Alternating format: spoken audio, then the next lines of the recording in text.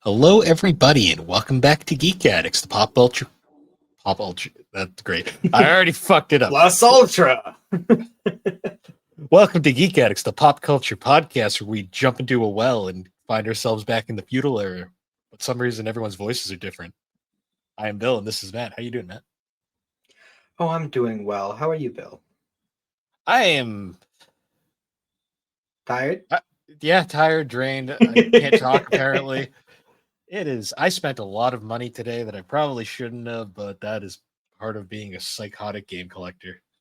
Yeah, well, you had a busy day today, so you have Yeah. full excuse today to be tired. Day one of three. Very nice, very nice.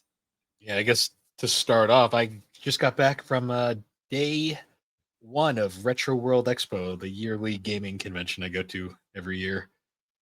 Good time so far. Saw some crazy stuff. Bought a few spoils of war, as they say. I got a little pocket Tifa. That's like A little, actual PS1 graphics, Tifa. yeah, look at she's all blocky. Great. Yeah, pointy boobs. Oh yeah, she's gonna go live Take in out an eye with those things. She's gonna go live in the background of the set now. I got that. That was like the one piece of art I bought because I bought games like otherwise. Mm-hmm. Like most notably, my big score of the weekend was on Castlevania Chronicles. Yes, Nice. There you one go. $150, which is actually not bad for this game in all honesty. Jesus. Um, yeah, this is like a remake of the first Castlevania, although it's actually like an old Japanese PC game that they just ported to PlayStation. Yeah, But it's still a lot more than I would have paid for any video game. I mean, this is what collectors do. Also found a 3DO game called Flying Nightmares. Be sure to be Ooh. playing that in the future.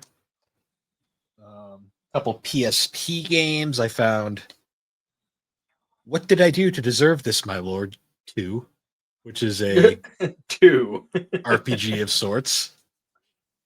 And I got Shadow of Destiny, Nice. which is a port of a PS2 game that is just wonderful. It's something. I also got another 3DO game. I got Tonk, the pinball game where you play as the ball. Oh, more pinball games. Yeah, we've already covered that one on the show, but I found a long box version, so I couldn't pass it up. And then I found there's another golf game on 3DO.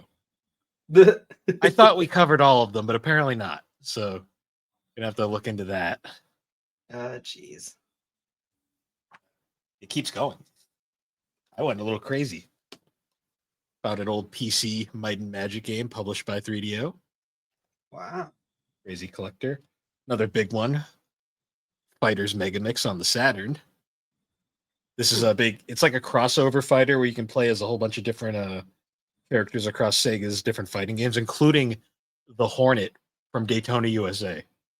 Yes, you can fight as the car. It's amazing.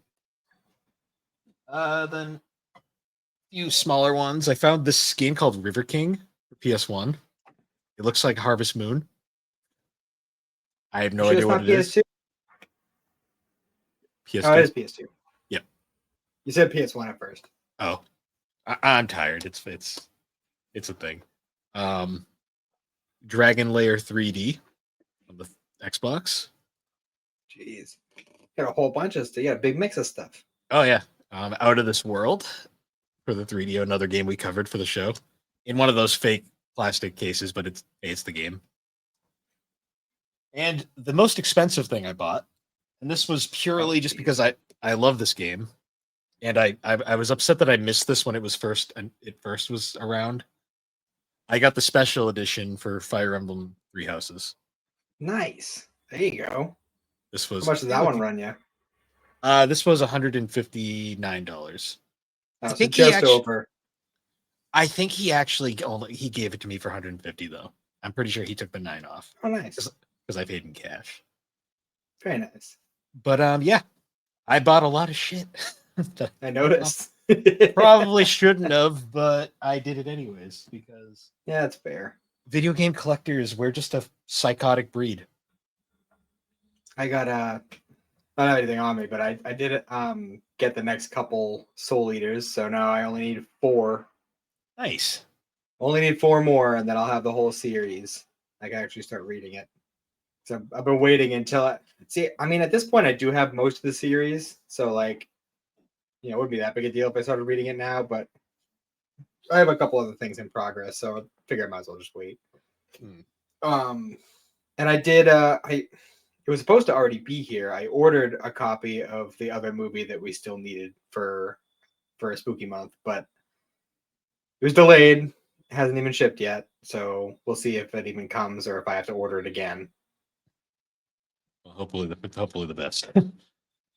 Yeah, well, it's not the biggest deal because even if it ends up taking a while to get here, like we could just do that one last if it comes down to it. So not the biggest deal, but it's still annoying. No, I get you. But yeah, before I came over here, I was playing around with my laptop trying to figure out because I've never used OBS before, and I was trying to figure out because Cindy and I have a thing where like every time we're like, hey, let's stream a game.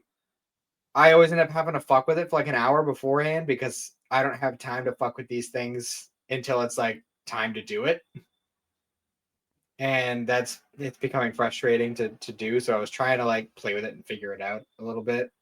See, the thing is if I'm streaming to Discord, I just have to do like the screen share option because that's like the only option you have unless you like pay for fucking Discord Plus or whatever the fuck it is. So like I was trying to figure out how to get the display to go full screen without all the like settings bullshit on there, and I don't know, I was getting frustrated because I was running out of time and I had to come over here to do this.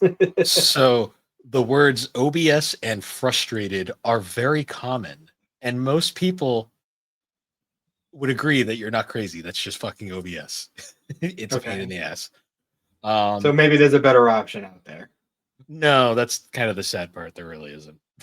It's just you kind of just I mean, have to do. I'm not trying to record or like stream to like a platform. I literally just need to get the game on the screen so I can screen share. That's it. That's the only thing I want to do. Like I don't need any extra bullshit. Mm. I can send it. I have a few friends who understand OBS better, and I can send them your way. They might be able to help. Well, mm, I'll try to play around with it. Maybe because I know on the Chromebook, one option was like you could technically set it up so that it puts it through like the camera, and I'm wondering if I can like that whatever like the camera app or whatever on it. I'm wondering if I can do the same thing with that laptop. So if that is a doable option, then I might just do that instead. Hmm. But we'll see. I still need to play around with it some more and try to figure it out because at some point in the future we will be wanting to stream games, and that I'd like to have that figured out ahead of time. Yeah, OBS it's one of those. The learning curve is very steep on that one. That's why like I'm not great with computers. So like Yeah, all these like programs that I'm trying to figure out how to work, it's tough. I never took any computer classes or any of that. I don't understand any of that shit. I didn't really either. I figured most of it out working night shift at Richards because I had nothing else to do. That's fair.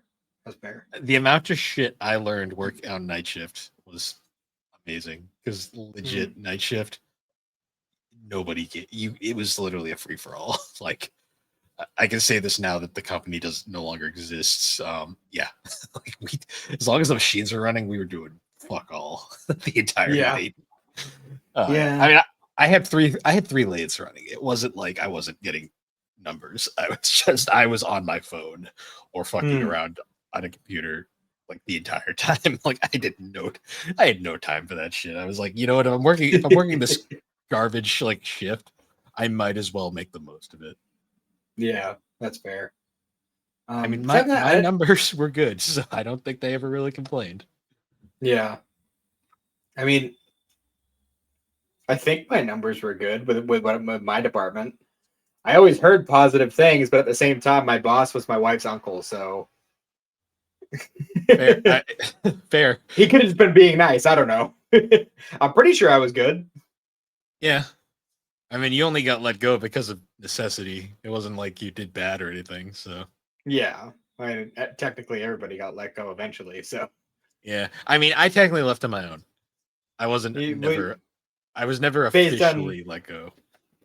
based on the way the company was going, even if you had to stay on, you would have ended up getting let go eventually anyway.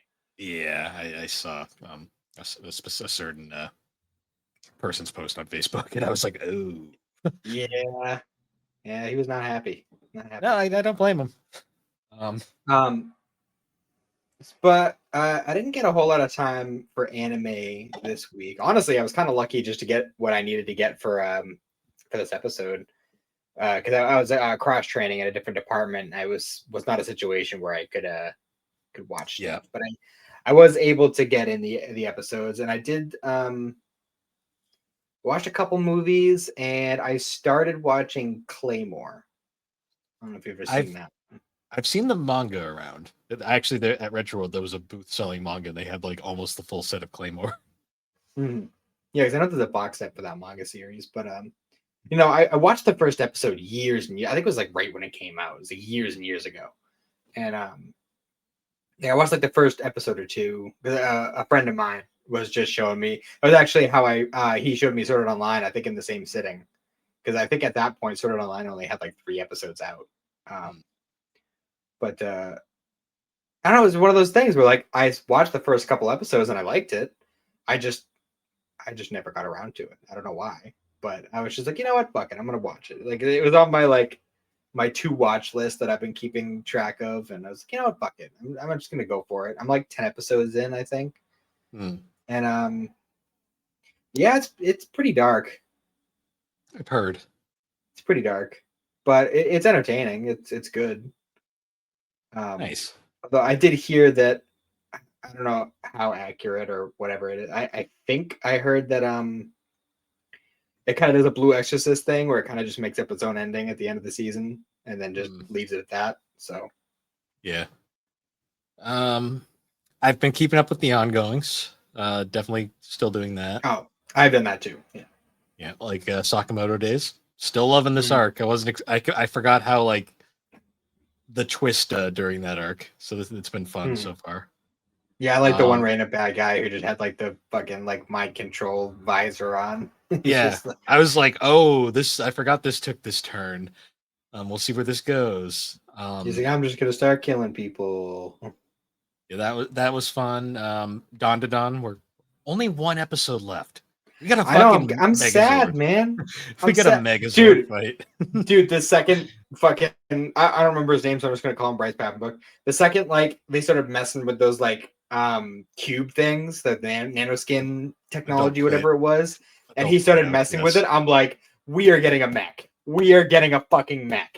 Like it's like, oh my god, dude. It was such I a. It was like a Sentai Megazord, and I was like, hell yeah. and I love that at the end they were just like, all right, how do we make it move? Yeah, It's just like I'm in. I And can't then just believe the whole that's. thing with the evil eyes whole bit in that episode is just being cheesy as fuck. I want to kill. It's just like I want to murder. It's just over and Uh, over. yeah, and then Momo and what's her name constantly fighting. Yeah, I always forget her name. The chick with the hair. Pink Momo, because that's Yeah. basically all she is. I'm sure that pissed off some Don to Don fan. I'm sorry. um, I can't believe only one more episode though. Like the first season, it took forever to get through. This one flew by, and I'm like, damn, I'm gonna miss it, kind of. Yeah, I'm kind of sad, honestly. Like I don't know, Um, man. I'm at a point now where I'm like, I love the opening and endings for this season. I mean, I hate. It's not a secret. I hated season one's opening, but I love season two's opening. Like season two's opening might be a contender for opening of the year for me. That's There gonna be are tough. there are other really good ones, so it's Kai, gonna be a tough choice, but it's in the list for sure. Kaiju's is so good this year. I'm like, I don't know. I like the. I think I like That one, last year's songs better for kaiju, honestly. I don't know. This one's grown on me a lot. Um, I know Cindy likes it a lot. I didn't like it in the first episode because they used it as the ending, but since Mm. they started using it as the opening, well, because I love Beautiful Colors, like that's such a great song. Yeah, that one was good. I mean, I'm not even a One Republic fan, but I just like their kaiju songs a lot. Fair, Um, fair. yeah, that's been really good. We haven't got kaiju or Dress Up Darling. Those are tomorrow. Oh Mhm. yeah, fucking Vending what are they- machine. we got another new character, and I was just like, why? Who asked? I'm like, did this show need a big titty goth girl who sings? I didn't ask for this, and no one else did, but it's here. And then it went Yeah. away, and then she went away, and I was like, okay. We also got a bathhouse scene. This anime really wants us to like ship a vending machine with a big titty anime girl. With a lot of them actually, but yeah, no. Look, it's pretty sad that the guy with the boot fetish is the only guy that's keeping me kind of interested. Yeah, and even then, I'm like, yeah, Yeah, because yeah, we had that bathhouse thing, and like there was a whole joke where like they were like getting undressed, and they were like, no, we can't. Boxo's here, yeah. and Lavis is all like, "Oh, it's fine. He's just a vending machine." And they're like, "Yeah, but he's a reincarnation of a man." And it's like, what is this? Like, Ridiculous. like I don't, know. Like, The this should the have been a whole one thing and is done. just a mess, dude. Yeah, I'll be shocked if it gets a season 3. Shocked. I don't plan on watching a third season if it gets one. So, I don't know. I'm a but completionist, so I'll suffer through it if it does, but I don't want it to. I dropped Shield Hero, and I just prefer to pretend Shield Hero was a one season masterpiece. Look, there's only one show that I've dropped since we started doing this. Really, in general, like I don't generally drop shows. Period. Like I'm pretty dedicated to being a completionist when it comes to shows, and yeah, there's only been one that I can think of in the past like 5 years that I've done that with. That being said, I have finally gotten back into My Hero. Um, I finally finished the Mafia arc. Nice. Not where I was expecting that to go. I did not think they were gonna. Spoiler warning: I did not think they were gonna kill off Night's Eye or Night Shit, whatever his name was. Which one? Uh, All Might's sidekick, who's briefly Oh like yeah, yeah. That was Deku's. sad, wasn't that? Yeah, well, I know characters die in the show. I wasn't expecting like him to die though. Oh, you're Also, not ready. oh no, I'm aware. Things get dark. I mean, the kaiju fans weren't ready either.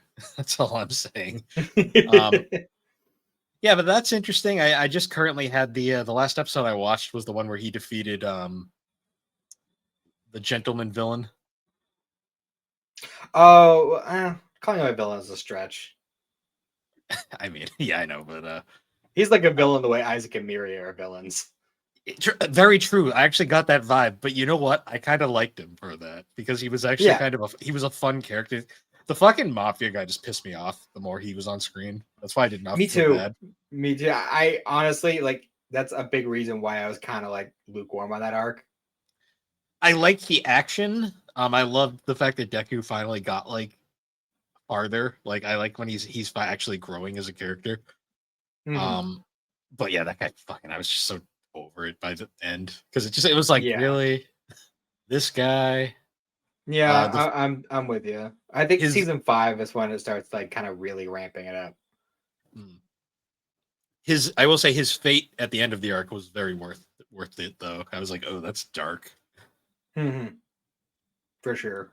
Um, I was and, pretty sad about what's his face, the phasey guy. oh, Lemillion or whatever. Yeah.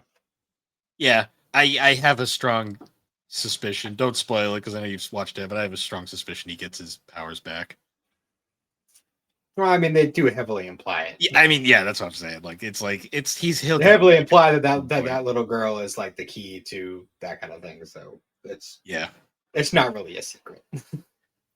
Yeah. No, I'm enjoying it. I gotta just sit down and watch it. The problem is like whenever I'm in the mood to watch it, like something happens all the time. And I just haven't had time to Yeah, sit down. I know the feeling. I know the feeling. Yeah. I did complete a game this week. Actually, today, just a couple hours ago. Nice. I beat Super Metroid. Oh, nice. Nice. You beat one Yeah. of the grandfathers of Metroidvanias. Mm-hmm. Yeah. You Now actually no, that I've you've completed, beaten both. You've beaten both the grandfathers of Metroidvanias. yes. And now when people say Metroidvania, I know exactly what they're talking about. Yep. It was Because that's Super the thing, like Metroid that's and the thing, Symphony of the especially Night. listening. That's the thing, especially listening to a lot of the podcasts in our network. Mm, Like they'll use these like kind of buzzwords to describe games, and I'm like, I don't know what that means. yeah. I'll just be like, I'll Google it and be like, all right, I'll take your word for it, whatever that said. Super Metroid's a classic. I don't think it's aged perfectly by any means, but it is still such a fun game. Well, there's super infuriating parts to it, but I mean, it wasn't undoable by any means. Like You should it wasn't completely unforgiving. you should watch speedruns of that game. There are people that like mastered that game. They can Oh, wall I'm jump sure. on they can wall jump on one wall. Like I see Dude, that and I'm like, don't get me started on wall jumping. I don't want to talk about "Eh, it. watch a speedrun and you'll hate it even more because they could fucking one wall. And I'll be like, how the fuck? I'm like, okay. Okay. I don't. I don't know. I mean, all power to you, man. No, not. I I just can't. it is incredible to watch, but it pisses me off because I'm like, I can't do that. I didn't think wall jumping was a thing in that game until fucking I got stuck in a shaft, and I was like, what the fuck? Yeah, there's supposed to be one of your little animal buddies is supposed to show you how to do it, but if you're not paying attention, it's kind of cryptic. Yeah, yeah. It made me mad. Made me real mad. But I got through it. I mean, it said my completion time was like 13 hours, but technically it was more than that because well, I was playing on my Amberneck, and I don't know what it is about. I don't know if it's just mine or if it's just Ambernick in general, but in-game saving doesn't really work. Like it's not reliable. Like sometimes it works, sometimes it doesn't. So I just use save states for saving, Fair. and I do my very very best not to save scum shit, which I didn't do really in this game either. But you know, it also doesn't take playtime into account, obviously, when you're using save states. So technically, my playtime was longer than that. But True. Um, yeah. So when you got your completion screen, did you see Samus in her bikini? no, I didn't watch the credits all the way through. Uh, well, that's a Metroid tradition. If you beat the game fast enough, you get to see Samus in a bikini. Well, Well, they didn't do until it they fast just enough. until the later games where it's just the Zero suit, which isn't as fun. Hmm. But yeah, now I got to decide what game to play next. I have a few in mind. I'm trying to hit a bunch of the series that I just never touched. Mm, So I have a few games in mind. I might just put up a poll on the Discord. Just has other people decide for me. So I am also playing. I'm still playing Pokeduel, mm. and I'm actually getting pretty far on that. I might have figured out a way to get the other starters because the Safari Zone in Fuchsia, it's just a bunch of toon monsters. I'm Yeah. wondering if you breed the toon versions of the starters, do you get the toon version or do you get the regular version? Because the way it works is like for instance, when I had before my blue eyes evolved into ultimate blue eyes, I could have used a toonstone on blue eyes white dragon to turn it into blue eyes toon dragon. So it is an evolutionary thing. So I'm wondering, like, is it going to give me like if I breed them, am I going to get blue eyes toon dragon or am I going to get paladin of white dragon? So I got to play around with that and figure that out. But if I can do that, I will definitely be breeding red eyes because I already have a summon skull because I want that black skull dragon. Nice. Nice. I think now's 25 minutes in. We should probably get to the untitled the Dark and the Black thing. Yeah.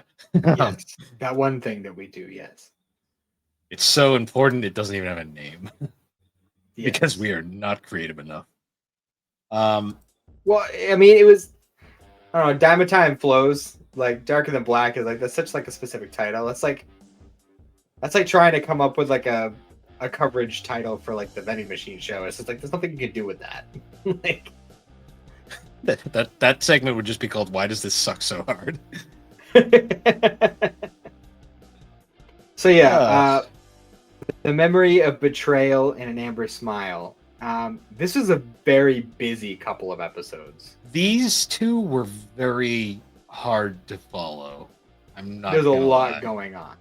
There's a lot going on to the point where I have a summary on screen in another tab right here. Good because And it's pretty we're long. gonna need that. Yeah, just as like a reference to figure like, wait, when did this happen? How did this happen? Like, By the time I there was finished a the lot second going episode, yeah, by the time I finished the second episode, I was just like, "The fuck happened?" I was so confused. Yeah, because we were getting a lot of character stuff. We finally learn who Green Hair Chick is and what her role is in the series. Hmm. Learn that she has like a whole crew of people that she's working with. We get the return of Troy Baker and Storm, even though Storm wasn't there for very long. Yeah, she was like wasted. My favorite scene is she leaves like the bar. She's like, "It's like, what kind of bar does like the staff get plastered before the patron?" And I'm just like, Yeah, it was one of those. It's like a Japanese host club where it's like you go and you just hang out with a bunch of people of the opposite sex, and give a lot of money. apparently you just hang out and drink a lot, kind of like that one chick in Suzume, the one mom who just like hangs out and entertains people at the bar. It's the same idea. It's a But way she of making apparently money. drank all of them under the table. Yeah. That's actually Good how we old- start the episode. Good old payments. We also get met with an interesting conundrum. It's not actually it's not actually played with. It's more just like a threat where Troy Baker is like captured and he's like sitting there and he really needs a cigarette, and the guy's like, "I wonder what happens if I don't like give you a cigarette in time for you to pay your payment. Do you just melt?" and he Yeah, actually because starts apparently like, that's like a rumor that like yeah. there's like a rumor that if a contractor doesn't do their payment, they just like melt. And like obviously we don't see anything like that happen here. And You do see him start sweating though, which is kind of it was an interesting little like blink it or miss it moment. yeah, and like honestly, I don't remember if we ever actually see it happen. Like if we ever see somebody not be able to do their payment. So I even don't know what happens. Yeah, because in the next scene, when we see him, he does have cigarettes, so it's like, okay, he got his payment, and it's just like that was an interesting little like conundrum where it's like he was legitimately kind of scared there for a minute. Yeah, and actually when so at the beginning when I keep calling her Storm, her name is April. But anyways, she like walks out of like the host club, and she sees a green-haired baseball outfit chick across the street with like a little boy with mismatched eyes, and she's like freaking out, like, "Oh my god, it's February!" And she like calls up Troy Baker. She's running after them. They disappear, and she calls Troy Baker, and you see like on his end, and he's in the shower, and his phone is ringing, and there's like fucking 15 packs of cigarettes sitting there. But just It's in like- case. He only needs to smoke one each time he uses it. I mean, that's a lot of cigarettes. I mean, do you want to buy them all in advance like that? Because they're just going to get stale and taste even grosser. Speaking as somebody who used to smoke cigarettes, I can tell you, old cigarettes taste know. gross. I would know. So Old cigarettes taste even grosser than regular cigarettes. fair enough. I didn't know they expired. Oh, they do. They certainly do. Uh. That's why some people actually put them in the freezer, believe it or not. Okay. The more you know. Anyways, So yeah, like he can't answer the phone. So she's chasing after them. She hops in a taxi. She says, "Follow that car." And the building that they were standing outside of explodes, and she is severely injured. Yeah, yeah, her face is like fucked up for the rest of this episode. Yeah, well, you don't see her again until like the end of the second episode. Yeah, and it was like, oh right, because I had forgotten about that by then. And then after that, we get like a weird scene with like that one area. I don't even know what the fuck it's called, but it's basically like where they have all the dolls that just kind of like the Stargazer, I think they call it. That one doll that's like hooked up to a bunch of like wires and shit. And they're like kind of freaking out because of, like these weird sunspots going on. And the last time that happened was when Heaven's Gate like disappeared in South America, and that was like a big deal apparently. So like everyone's kind of freaking out because they're worried the same thing is going to happen with the Japan Gate. And then what happens? Fucking. Oh, did you notice the weird part where like she's like explaining that to her coworker, and like they're having lunch or whatever, and she like picks a grain of rice off of her face and eats it. That's a Japanese thing. Is it? Is it like a? So I don't know the exact. I don't know the culture enough to really give an example, but like apparently that's like just like a Japanese cultural thing. It's usually done between couples. Like if you notice in I think back to like Dragon Ball Super actually, there's a scene where Goku and Chi-Chi are talking. It's like when Goku's having his weird like his powers are fucked up after he did his like Kaioken blue thing. Where his instant transmission doesn't work for a bit. And there's a scene where he's going to town on some rice, and like Chi-Chi's concerned about him, and he stops eating for a second. He's got a grain of rice on his face, and she grabs it and eats it. It's just a Japanese thing. Huh. Okay. I've noticed it's in a few animes. I've noticed. So maybe it's like a what's the word when you do something because it's like a bad luck thing. I don't know, to be honest. It was interesting. I forget the word for it. It always sticks with me because superstition. It's a superstition. Maybe. Yeah, I just always remember that because it's like it's appeared in a lot of animes, and I like the Dragon Ball Super one always stuck with me because I was like, oh wow, it's a Goku and Chi-Chi scene that's actually kind of heartwarming. It's rare these days. No kidding. So yeah, then we get a scene with Hay walking on the street, and the little boy who is standing with green hair girl is back at the scene of the crime, and he's trying to get something out of a tree. It's like a necklace or something with like a feather in it. And Hay pulls it out for him and gives it to him, and he says this thing. He says like he says it's good luck. I hope it always makes you smile, or something like that, which is a really weird thing to say to someone randomly that you've never met before. It makes sense later, especially the kid's reaction to it. But and the kid's also super awkward. Like he's like, "Thank you, sir." That's what you're supposed to say in this situation, right? Like he doesn't understand like basic etiquette. Which we learn is actually the case, that green-haired chick has been teaching him etiquette because apparently he doesn't know to say fucking thank you when somebody gets something from the high shelf for you. I don't know who the fuck this kid's parents are, but it's not important. Not important at all. But yeah, so they have that little exchange, and then he's like, "Oh, what was it doing in the tree anyway?" And the kid gets super awkward about it and just kind of like starts to slink away. It was really awkward. And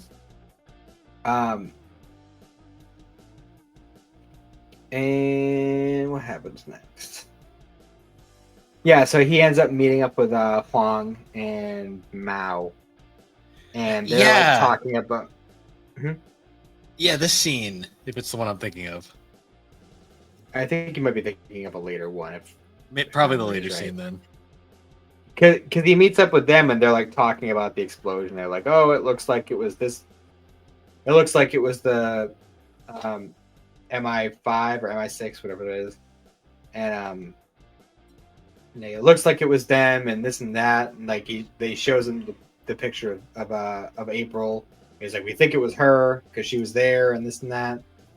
And I mean, obviously we know that that's not the case, because and then almost immediately after, the British embassy explodes. They're like, oh, it was the Chinese. And then after that, the Chinese embassy explodes. I'm like, all right, so something's going on here. But yeah, eventually Hay ends up confronting Troy Baker because at this point they still think that the Brits are behind it. And like they're both kind of having the tell me everything you know situation, because apparently green-haired girl, codename February, codename Amber, she has a lot of code names.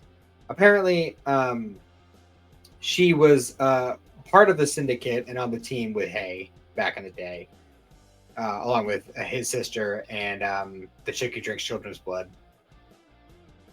And she also was like a double agent, like working with the British Secret Service for a while, and like stole a bunch of their secrets, and then they ended up like behind in gate technology or whatever. It was a whole political debacle. But ultimately, like the British are after her because of that, and obviously the syndicate's after her because she just like fucked off instead of doing her own thing. And they're both kind of like having that moment of like, tell me everything you know, and they're both like, we don't know shit. Yeah. And they kind of have that realization of like, oh, okay, we're both kind of getting screwed by her. Maybe we should try to work this out. And obviously that doesn't happen, but at least helps them understand the situation a little bit more. True. And oh yeah, it's after that. Hay leaves like the little parking garage that they're in. I think that's the point where Huang picks him up, and he's like, "Get in the car, the meter's running." And yeah, it kind of makes it seem like he's gonna bring him to like what's going on. Because oh yeah, and fucking Amber just kind of shows up at the tobacco stand and just kind of takes Yin. Yeah, I was like, okay. I was so confused what was happening in this episode because it seemed to be just random at times. There was a lot of shit going on. I think that was kind of the point, because like her group was essentially just trying to sow chaos.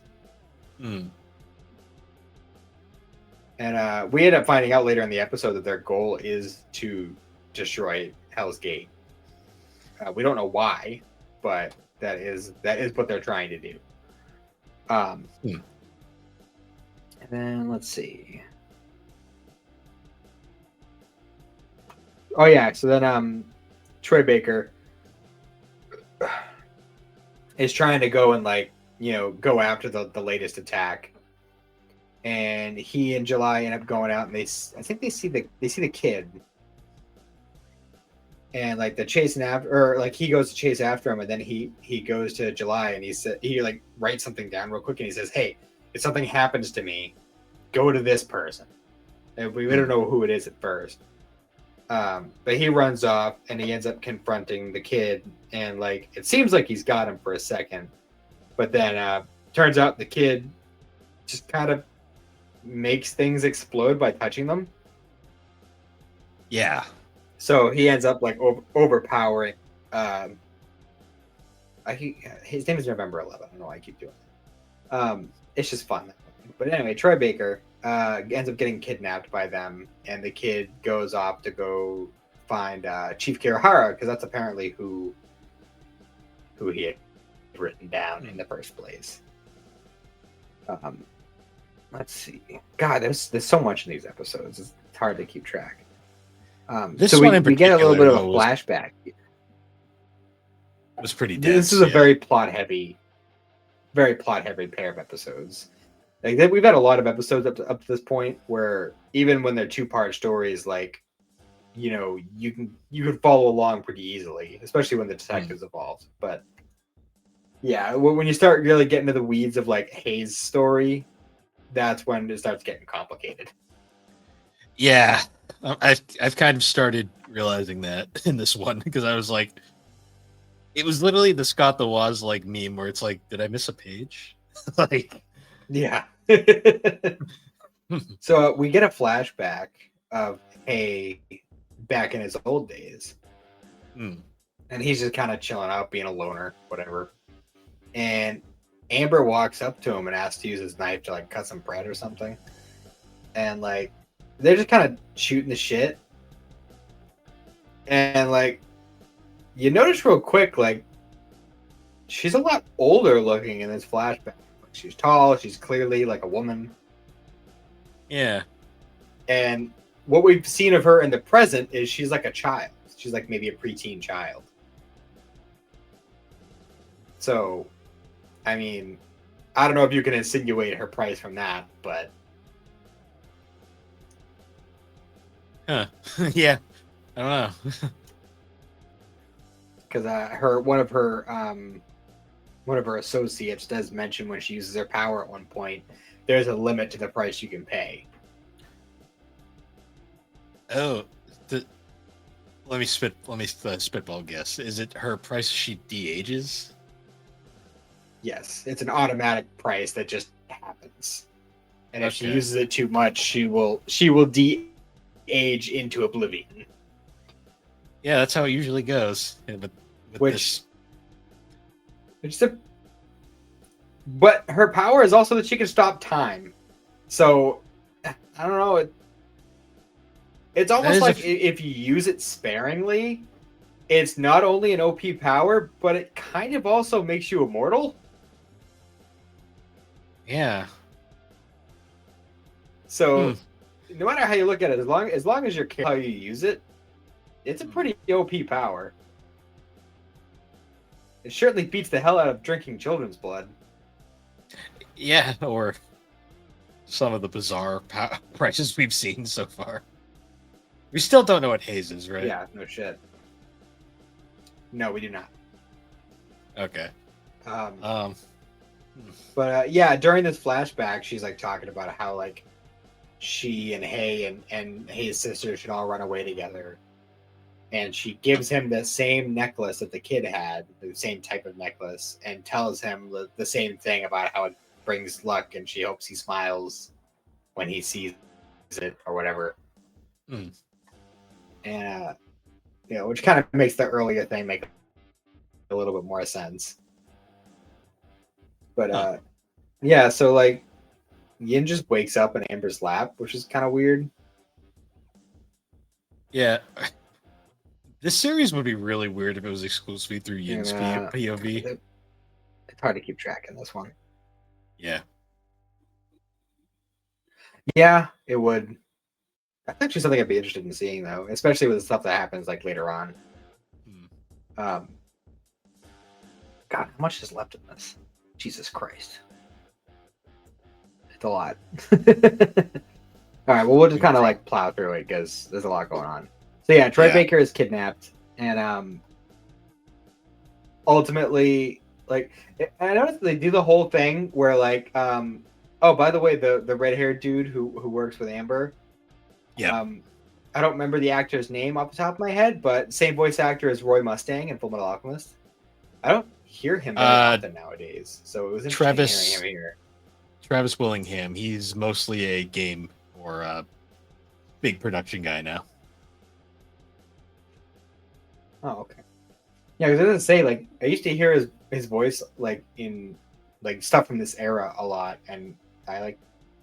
I know he played Mustang. He played Ace. He played Ace in One Piece. I believe he's been married around to Laura Bailey now. Mostly does game work now.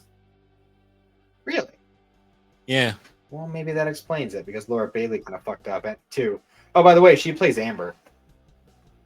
I noticed that too. Yeah, they're all big. They're big union. She has a very now, distinct voice, so it's easy to tell. Yeah, they're So they ain't fucking with Funimation. I see.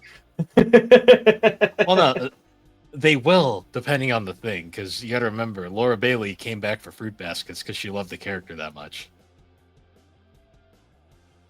That's true, and she has come back for Naruto's mom occasionally. And I believe she came back. Well, And didn't that's she come back as Keiko in the OVA? she did. Naruto's mom's different because that's a different studio. So I believe they're a union studio.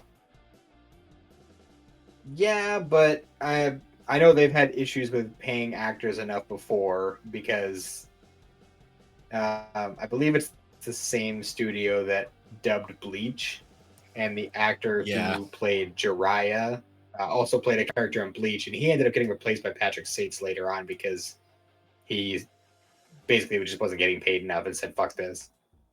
Yeah, I think they're union these days, or at least they're open to union stuff. I know funny, crunchy, whatever. They're not, and it's been a thing. So Yeah. Oh, but yeah. So, anyways, the red hair guy. What the fuck is his name anyway? Hold on. His name is.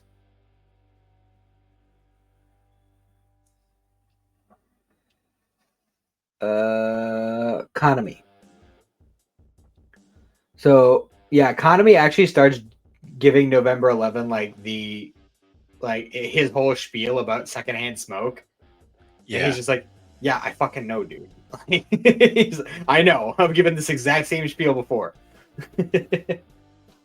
um, and that was when he did the whole thing about like, "Oh, I wonder what happens if somebody doesn't plead their price, or whatever." But nothing comes of it because fucking Chief Kirihara ends up bursting in with July, or no, July isn't there, but he is there.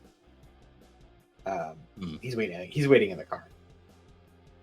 But yeah, they end up breaking November 11 out, but the bad guys get away, unfortunately. Meanwhile, Hay is trying to get to where Amber and Yin are, and Huang picks him up, and like he thinks that they're going there at first, and then eventually he's like, "Wait, we're going the wrong way." And Huang's yeah. like, This came out of kind of nowhere. he takes him to like a warehouse, and he's like, "Yeah, Syndicate told me." Yeah, he's like, "Syndicate told me that you're not supposed to go anywhere near her, so you're not going. We're staying here." And he's like, "Fuck that, I'm out." And then he shoots him in the leg to keep him from leaving. Yeah, I don't know what Huang And they was kind of have like a little thinking bit of a there. scuffle there, and no, yeah, I don't know. I mean, maybe he thought he had enough distance because I mean, Hay wasn't just in his like cloak or had his like knife or anything on him, so maybe he thought he had the advantage. I don't know.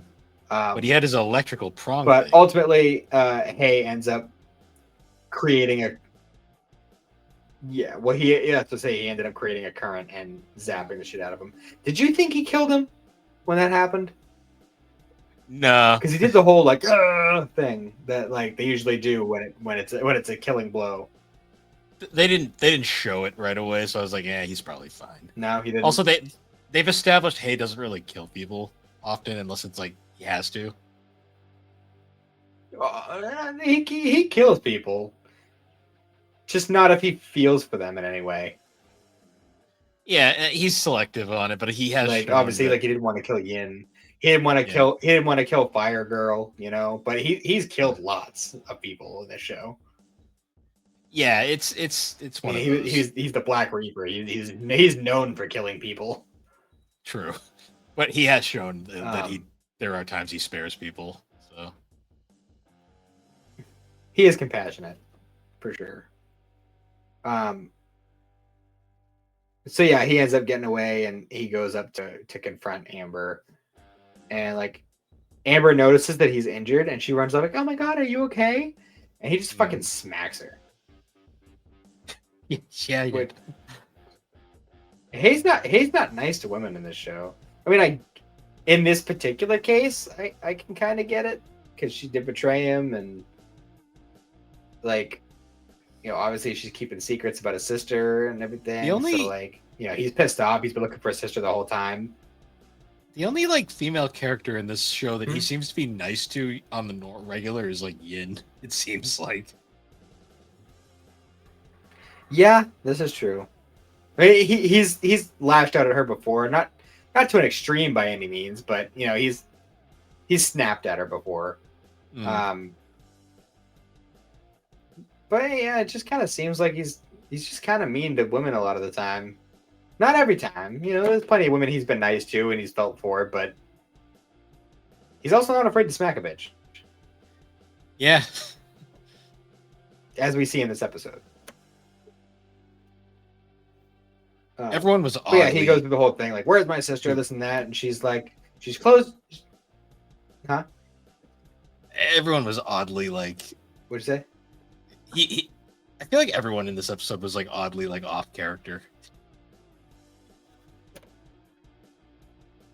Yeah, well, it's one of those things with these kinds of shows, like this, like Cowboy Bebop, where it's mostly like kind of an episodic-y kind of show, and there's no manga to base it on, and just kind of winging it.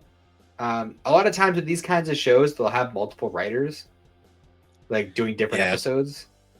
Because this is I mean, that was the case for Bebop, you know. Yeah, this is an anime first, I believe, like it is original. So Yeah, anime original, yeah.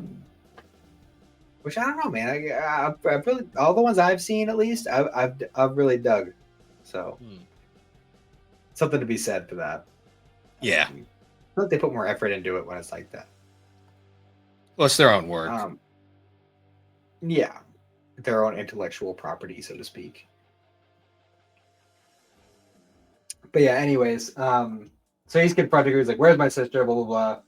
And she's like kind of teasing him about it. She's like, "Oh, she's closer than you think, but you know, so far out of reach," and this and that, you know, like that whole spiel. And that's when he just straight up fucking smacks her in the face. And she's like kind of upset about it, you know, because it's very obvious that she is a super boner for Hay. Like it's super obvious. Yeah. But ultimately, like a bunch of shit ends up happening. Like fucking her red-haired dude ends up popping up at one point, and Chief Kirihara even pops up at one point. And Hay's not like in his like cloak and mask or anything. He just has his back to her. So like, you know, when she comes up, so it's like one of those like, oh, is she gonna find out? But then Amber surprises everybody by stopping time. Yeah. Including the viewers, because I don't think anybody was expecting that. And they're just like, yeah, all right, that's cool. We'll just take our our little organization and just fuck off for now. Yeah. Oh, we kind of skipped over this, but Troy Baker killed the kid. Yeah, he did. And I completely was like, he brutally killed the kid. Yeah, and I was just kind of like, nothing of value was lost. Just kind of moved all like, on. Fuck them kids. I love this scene too, where he's got his soggy cigarettes and he's just all like bummed about it. And then a Storm shows up, or whatever her name is, and just gives him a good one. Yeah. With her beer. Also, there was that one scene where like the kid like thinks he got him, and he goes to open the door to walk out, and he's obviously like November 11th just standing there. And it's pouring rain. I'm wondering if it's implied that Storm made the rain happen to give him the advantage. I don't know. Maybe because she was there. Well, we don't see her until after the deed is already done. But you know, who's to say like she didn't say like, all right, this is where they are. I'm going to create a bunch of rain because my guy uses ice, and you know that'll help him. True. So they don't call it out, but I feel like that's probably the case. And that's pretty much where we leave it.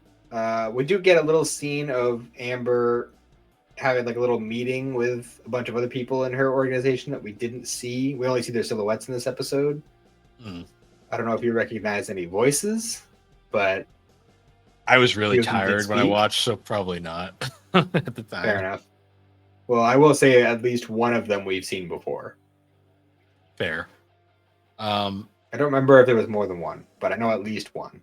We did also get that scene where we do find that Huang was not killed, but even he's surprised he wasn't.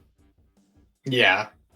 Which shows, like, yeah, that they butt heads a lot, but the group actually does care about each other. Because even Huang chose not to shoot Yin, and they all have their moments where they're like, I'm gonna fucking kill you, and they never do. Yeah. We also got the new intro this well, we technically had it last week, but I forgot that it was a new intro. It's fine. I think I like the first one more. Yeah, same. Actually, I Still, like the first opening and ending better, but yeah, they're both fine. They're both, this one's yeah, rocky, but it's also, I don't know, the first one's just so good. it feels kind of rocky in the way that some of the Full Metal ones are, but not like it's not like the first one was more like traditional rock, Yeah. and this one was more like poppy rock. Yeah, it was kind of a case of like they had one banger, and then this one was just kind of like whatever. It wasn't like I think of a series that has a ton, like My Heroes had a lot of really good intros, or you haven't watched it yet, but Black Clover, that series has some fucking amazing intros and outros. Even Demon Slayer's got a couple good ones. So yeah, that's basically where we leave it. What's funny is I know that at there is a couple Huang centric episodes, and we're so far in the series now, and based on the episode preview, it's not the next pair. So I was like, I did not realize how late that those happened. Yeah, he's such a weird character at this point, because that's why I felt like it would have been weird to kill him, because I was like, the most we've had is his one episode, the one episode where he doesn't kill Yin. I'm like, other than that, we really haven't had much of he hasn't been much of a character so far. He's been more of a go do this kind of guy. He's the token human in the group of weirdos. Yeah, pretty much. But yeah, but we will learn more about him later. So, but not next time. Next time is a different thing. Yeah. But yeah, we'll save that for next week. Next week for our next untitled the Darker Than Black thing. Yay. Yes. Doesn't quite roll off the tongue the same way Diamond Time did. No, well, maybe the next one will come up with something better. Yeah. I think we've even decided what we're gonna do on the next one. Or was it Yu Hakusho, the live action? I think so. Maybe we'll cross that bridge when we get there. Yeah, but agreed. In the meantime, we do have a topic for this episode. Kind of late getting to it, but that's fine. We're following up on our Inuyasha episode. We're going to be now talking about Inuyasha, the final act. Talk about a lot of shit being stuffed into one little section. Yeah. Inuyasha, the final act is very fun because it is so. This series is goofy. The final act was a sequel / follow-up series that ran in Japan from 2009 to 2010, and it was dubbed from 2013 to 2014 over here, or maybe it was 2012 to 2013. Either way, it was later. Essentially, it wraps up the manga because they infamously ran out of manga material during the initial run and had to wait for it to be finished. The difference here is, though, where the original Inuyasha was kind of well known for being extremely stretched out, and they had a lot of filler, even though the filler is kind of good in Inuyasha. This series is only 26 episodes, and it is kind of infamous for they crammed a lot of shit into a very short amount of episodes. So there is, I'll bring them up as we get to it, but there is a few arcs that were basically entirely cut out and only brief snippets were shown. So, yeah. I definitely got that vibe from it too, watching it, because there are definitely points where I'm like, I feel like I'm missing something here. Like, I don't know if I just wasn't paying full attention or not, but I don't recall the point where Kohaku joins Sesshomaru's group. He's just kind of there at one point. There are full fucking arcs that are just axed throughout this. Particularly the bone-eating demons, like that, they show up for like one episode in this. That's an entire fucking arc in the manga. Yeah, like the whole thing where Hiraico's is like damaged or whatever, and she puts the poison on it. And... yeah, that's the end of the arc. That's an entire fucking arc in the manga. No shit. Yeah, that's why it's worth reading the manga sometimes. So right off the Well, it's bat, always worth reading the manga, well, unless it's Demon Slayer. yeah. I mean, the art's fine. Um, but that being said, right off the bat, this series is very well known for three of its actors did not return for the dub. And What was a the lot of third? I know I'll get to Sesshomaru and Kagome. What was the other one? there's a third one, Kohaku, but we'll get to Kohaku in a second I because didn't even notice. I'll get to Kohaku because I want to talk about the other two first. So for this series, Monica Story did not return as Kagome. She had completely retired from voice acting by this point. She had some very bad fan experiences, I guess, over the years, and just kind of like was basically burned out from the genre and basically just full on retired. I believe her last official role as Kagome was either the PS2 RPG Secret of the Curse Mask or the fighting game Feudal Combat. Those were her Mhm. last two official roles, plus all the movies. Um, so she did not return. Instead, we get Kira Tozer, I think is her name, or Tozar, um, who is a fine enough Kagome. But I will admit, those first couple episodes, if you're watching the series going directly from the final season of the original directly into final act, it woof, like it is like, oh, that's a different voice. You know what's funny too is I don't even think I noticed the first time I watched Inuyasha years ago. Well, it's because there was like a good like 4 or 5 year gap. So by the time it you got around to it, you probably just didn't notice. When you go directly Well, from that's the thing. That's the thing, though, is by the time I actually went to go watch Inuyasha for the first time, all that was done. Like I had the whole show in front of me, including final act. So like I literally just went through the whole thing. There was no wait time for me. that's fair. It might just also be like if you don't know, it's harder to notice. But when you actively know it's a different voice and you listen, like because like early in the series, there's a classic like Kagome in like the real world, like school, and Inuyasha shows up, Mhm. and she does a sit boy, and it's Monica's story had a very distinct inflection when she said sit boy, Mhm. and it was very notably different. Like the first time we heard Kira say it, Yeah. I will And say she, by the I think she did a good job. she does, but by the end of the series, I think she gets it down. Those first few episodes, though, it was kind of like I think she's trying a little too hard to be Monica, and I think it was more like she should have just found her own voice, which I think she does by the end. Because like spoiler for Yashahime when we'll eventually cover it, but she has nailed the voice by Yashahime. Like she has a great voice in that series. Mhm. Um, Honestly, if I'm being totally real, I think Sesshomaru's voice change bothered me a lot more. So Sesshomaru's is weird because so between the original series and final act, David Kay had actually moved to like the States and became like a very high profile actor, like in a ton of like video games and stuff. Like he's very well known. He's Clank in Ratchet and Clank Mhm. in that series, and he does a ton of voices. Like he is a very prolific VA.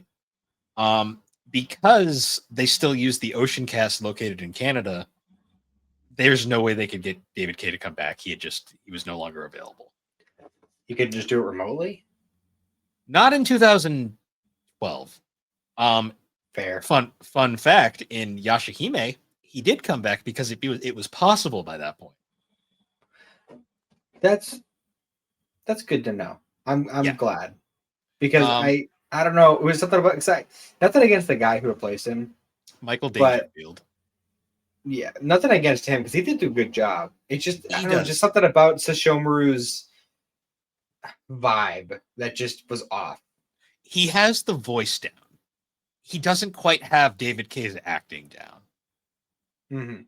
That was the way I felt with Dangerfield's performance because he does a really good job. Like the voice is borderline pretty accurate to David Kay's voice, Hmm. but David Kay just has an inflection and a style to his acting, and I don't think Michael Dangerfield had the same style. It is very notable in specific scenes where he's supposed to be very emotional. Mhm. 'Cause that was where David K shined, in my opinion. Particularly a Yeah, scene we'll get to later, which is a very important scene in the grand scheme of the series, involving yeah, one of his companions.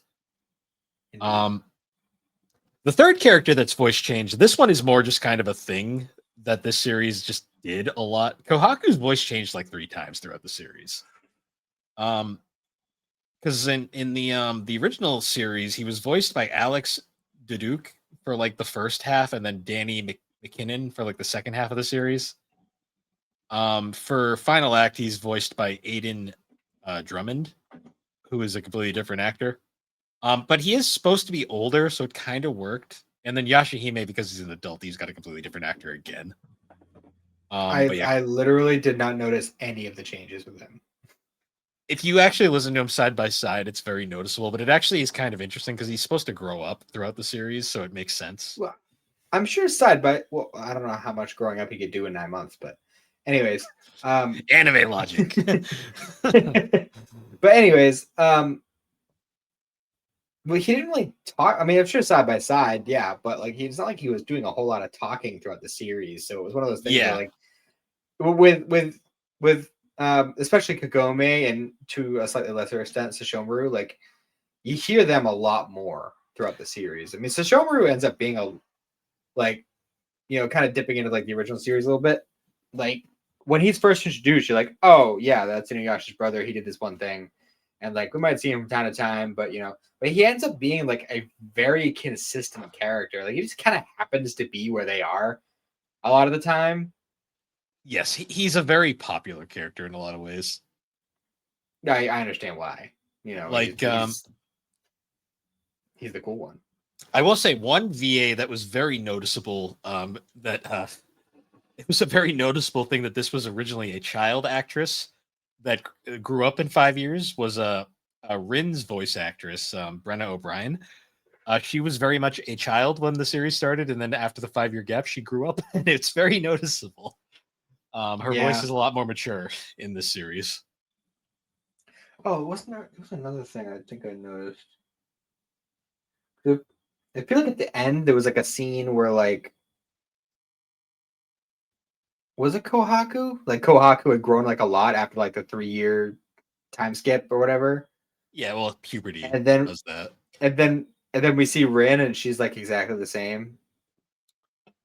Well, Kohaku's supposed to be I older mean, than she her. might be like I mean, she might be slightly taller, but yeah, but still. I mean, it is also a thing that women tend to develop faster than You also got to realize though, Rin spent the first half of her life like malnourished and like borderline dying. So, one. I mean, she did die twice. well, besides that, I mean, she was basically a walking corpse during her like initial appearance. So, This is true, but Sesshomaru provides for her now, so she's living good now.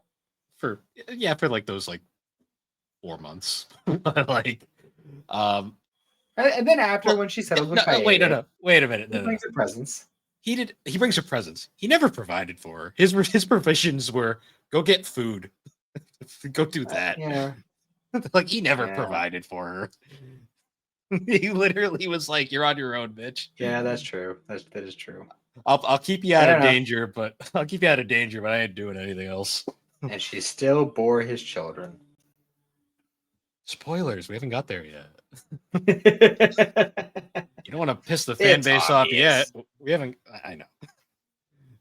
They're still in denial. Okay, like it's bad. Hmm. Um, that being said, when she appears as an adult in Yashahime, she still isn't that much bigger, so she might just be a petite woman. It's very possible. I mean, as you said, she was malnourished, so maybe she just Yeah. didn't grow because of that. In Yashahime, she's literally just imagine they just took her and stretched her out. That's basically Rin in What did Yashahime. she eat that whole time? I can't see her hunting. Like Not much. I don't She know got how much she knew. I don't know how much she knew about gathering at that point. well, she was able to What get was those she fish. eating? She was able to get those fish out of the river for Sesshomaru. And then got beaten by the townspeople. But right. Yeah, she had a rough go at it as a child. So yeah, like the kind of changing gears here for a minute. So in the original Inuyasha series, we had Inuyasha go through like what, like almost 200 episodes, and he's like, it took like what 80 episodes for him to get the second form for Tetsaiga, and then like another 70 after that to get the second one. And Yep. And then he just like back to back is just like bam, I got one, bam, I got one, bam, I got one in the final act. It's just like kind of happens like all at once.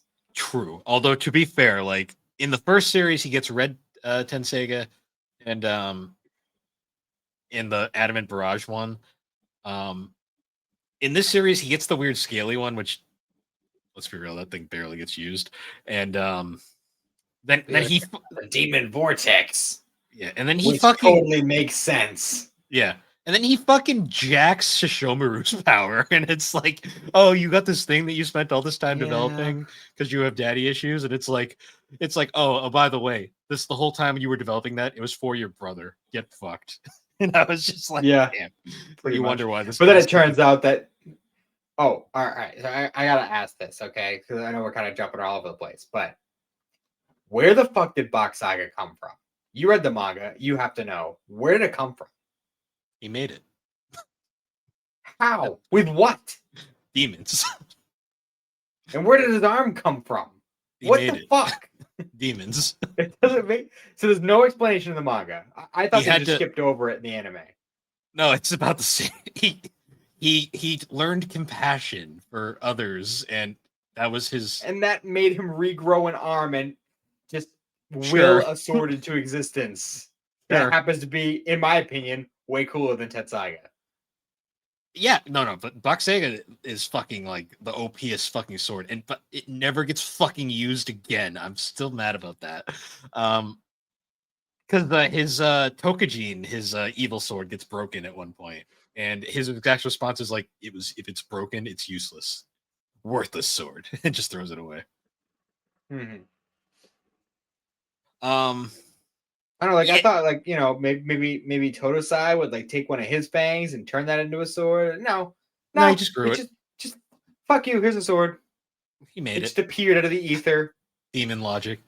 The demons in this series don't make any sense. You just kind of have to. You just kind of accept shit.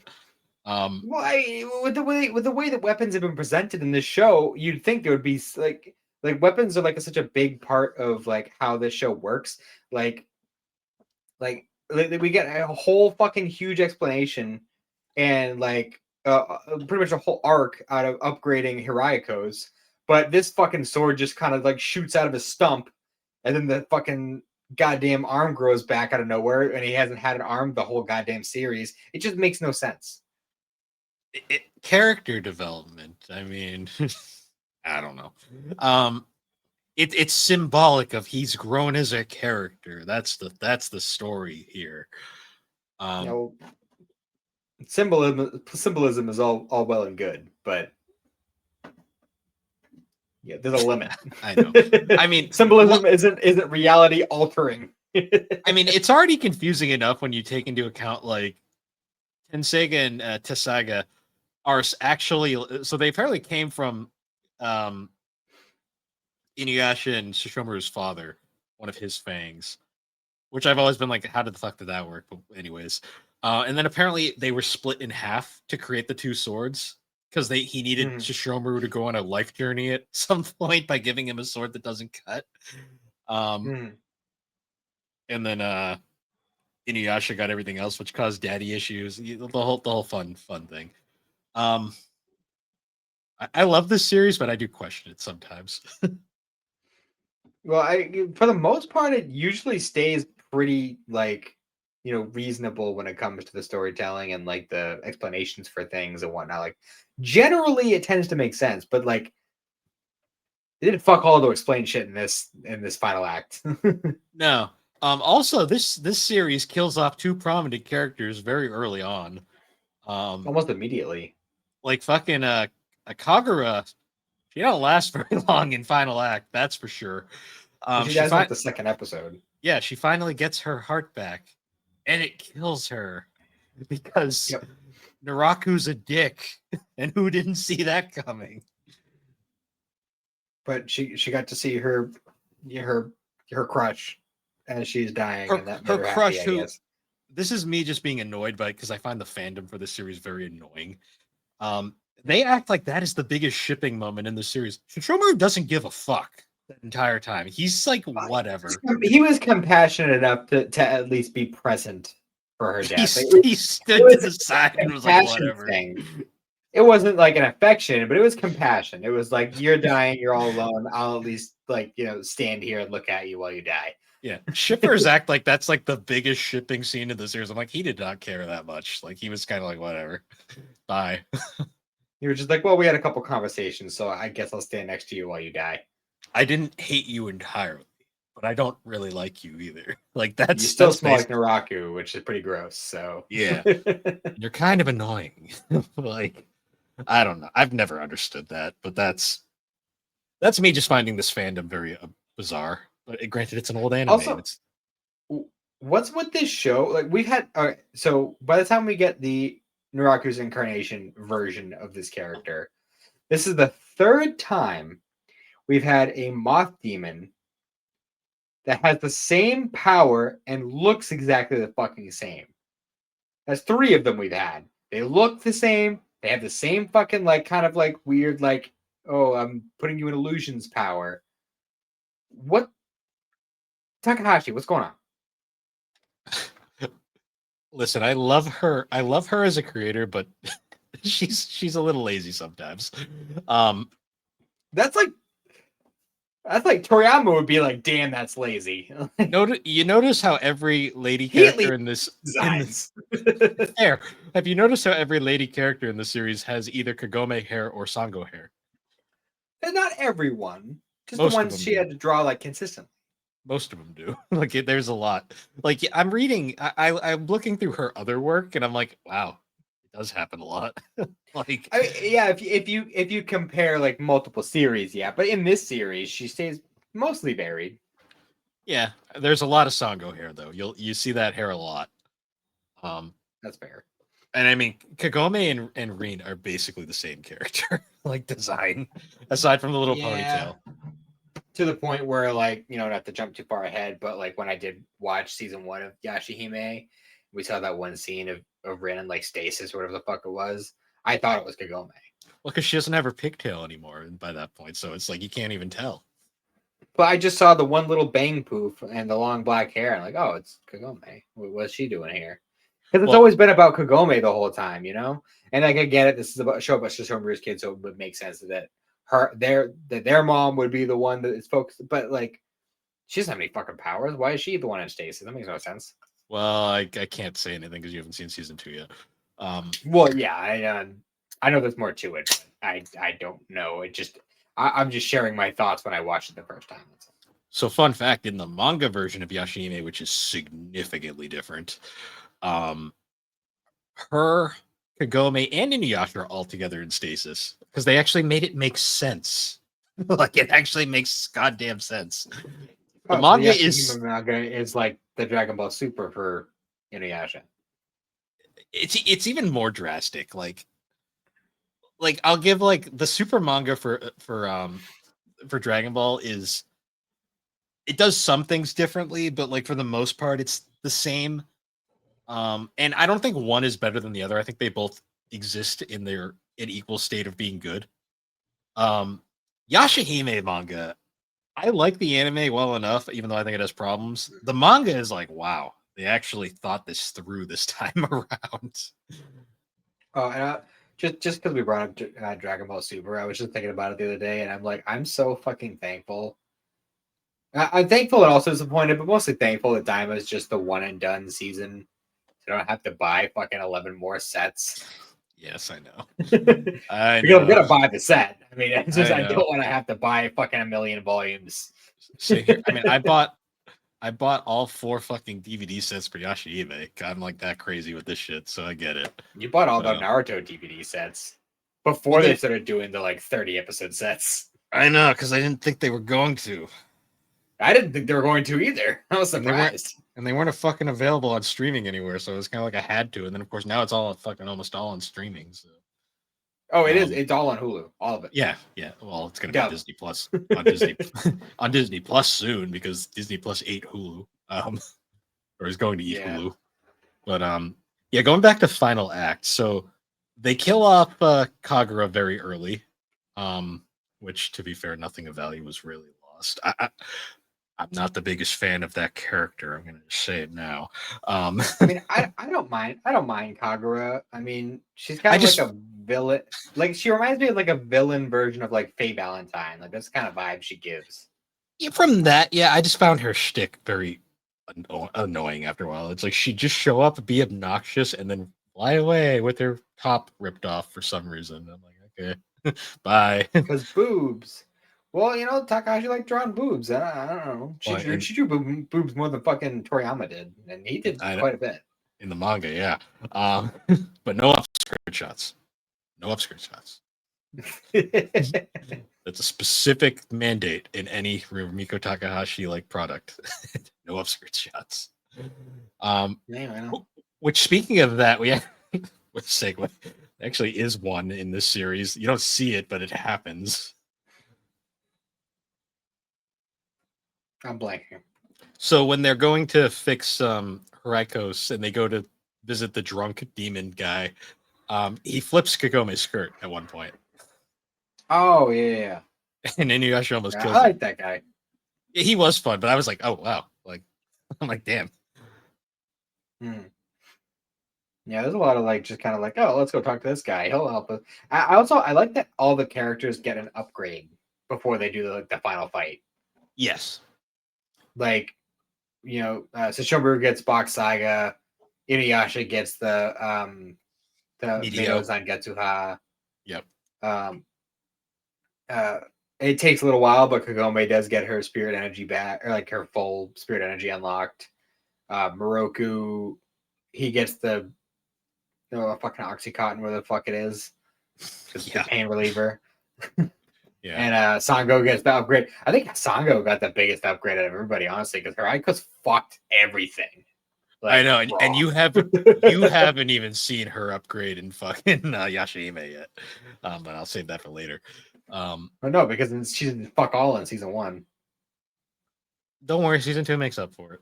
Season 2 makes up for a lot of the problems season 1 does. Fair. But yeah, there's that. Also, Kikyo comes back and she also dies, and we get that really she comes back for a little bit. and then dies again, and her and Inuyasha have that scene that I'm just like, this was so necessary. The anime really was. Yeah, and it's more just because how the anime handled her.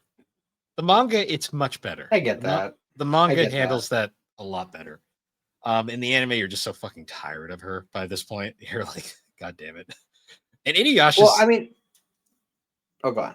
I was just gonna say Inuyasha is so fucking annoying at times in the anime because it's like, dude, come on, she's dead.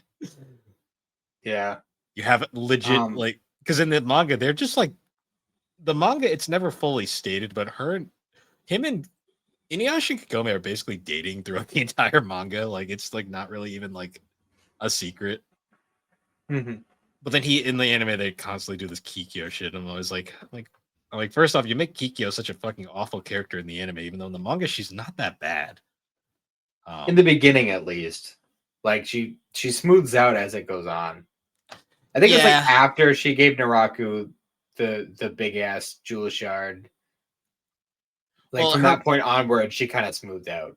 She does, although she still has her moments where it's like, will you just go away, please? Like, yeah.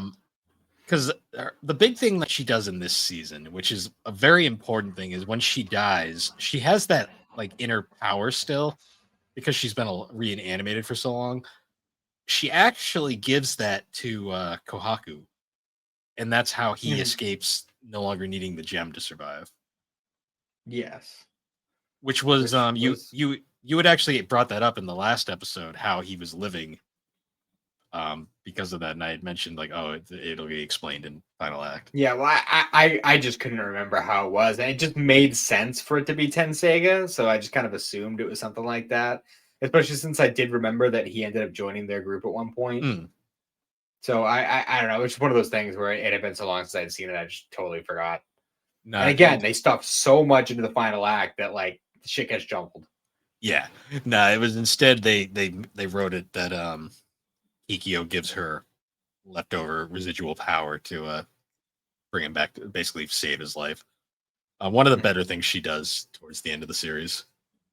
Yeah. I'm trying to think. It's weirdly paced, the final act is, because like the early episodes are kind of, they go to that whole episode of the week formula that the series had before.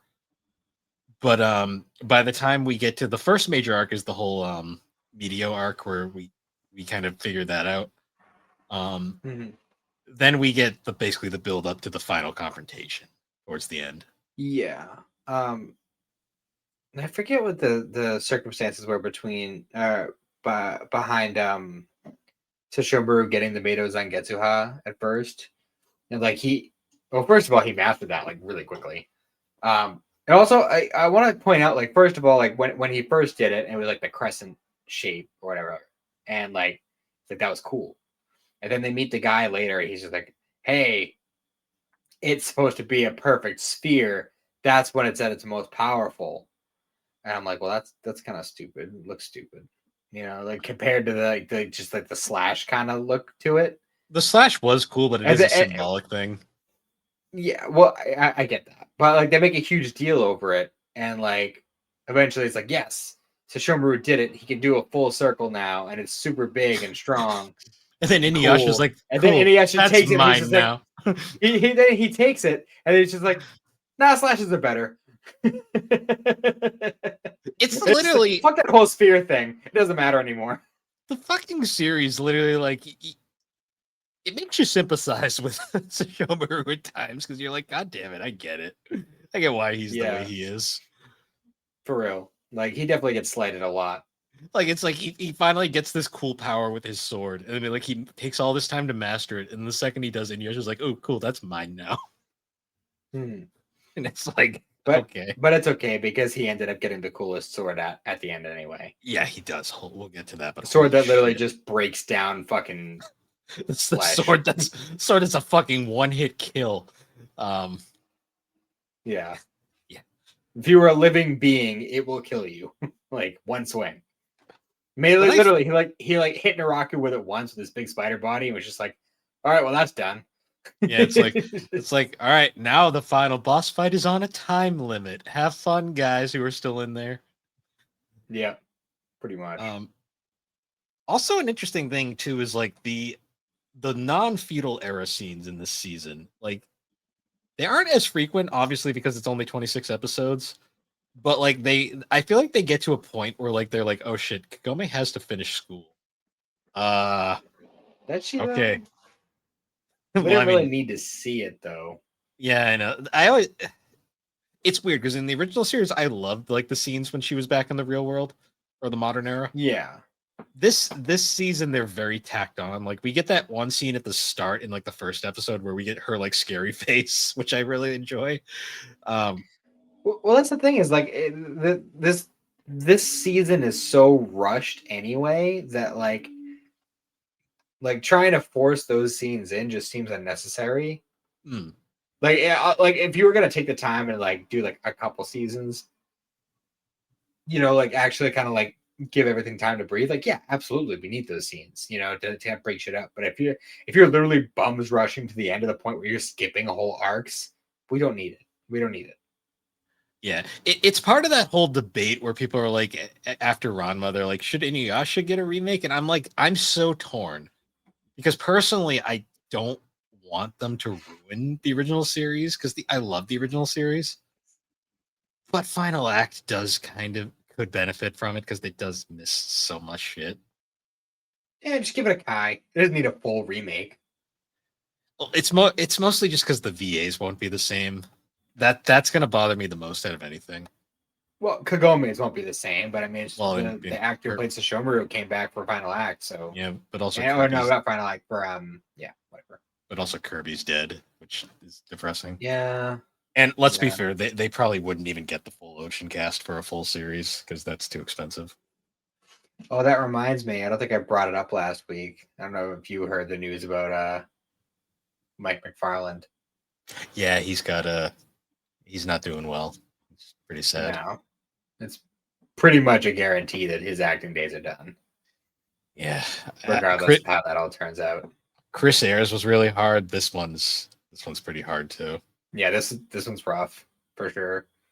Because he's been there since the start. Like He's Roshi. Like I don't think anyone else could be Roshi.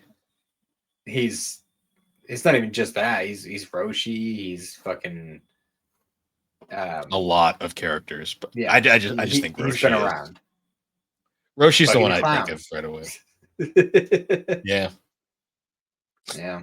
he was the monkey in Fruit Sucks. Baskets. Oh yeah. At least I mean, at least he was able to complete Jean go through that whole thing with Attack on Titan. Yeah, I know. That's something at least. And I am glad that he got his big Roshi moment in Super.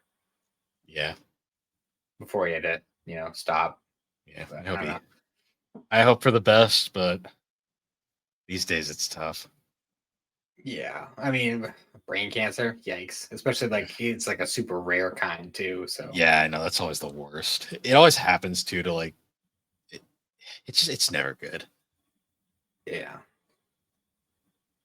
But yeah, going back to final act, we also then get another arc which is very it's basically Shishomaru's final like big character growing moment where his current group now is it's him, Jackin, their weird dragon thing, Rin, and then Kohaku's just Aun. Aun, yes. I believe Rin named him that. Because I don't think Shishomaru would have. And then Kohaku's just kind of hanging out with them for now. Yeah, after So Kikyo died, because he was just hanging out with Kikyo. For yeah, like a he couple was hanging out with episodes. Kikyo too. Kohaku has the weirdest fuck. So we were talking earlier about shows through specific characters' points of views. Inuyasha through Kohaku's point of view, it would be one of the fucking weirdest things. He has such a fucking roller coaster of a character. It'd be a arc. real fucking dark point of view.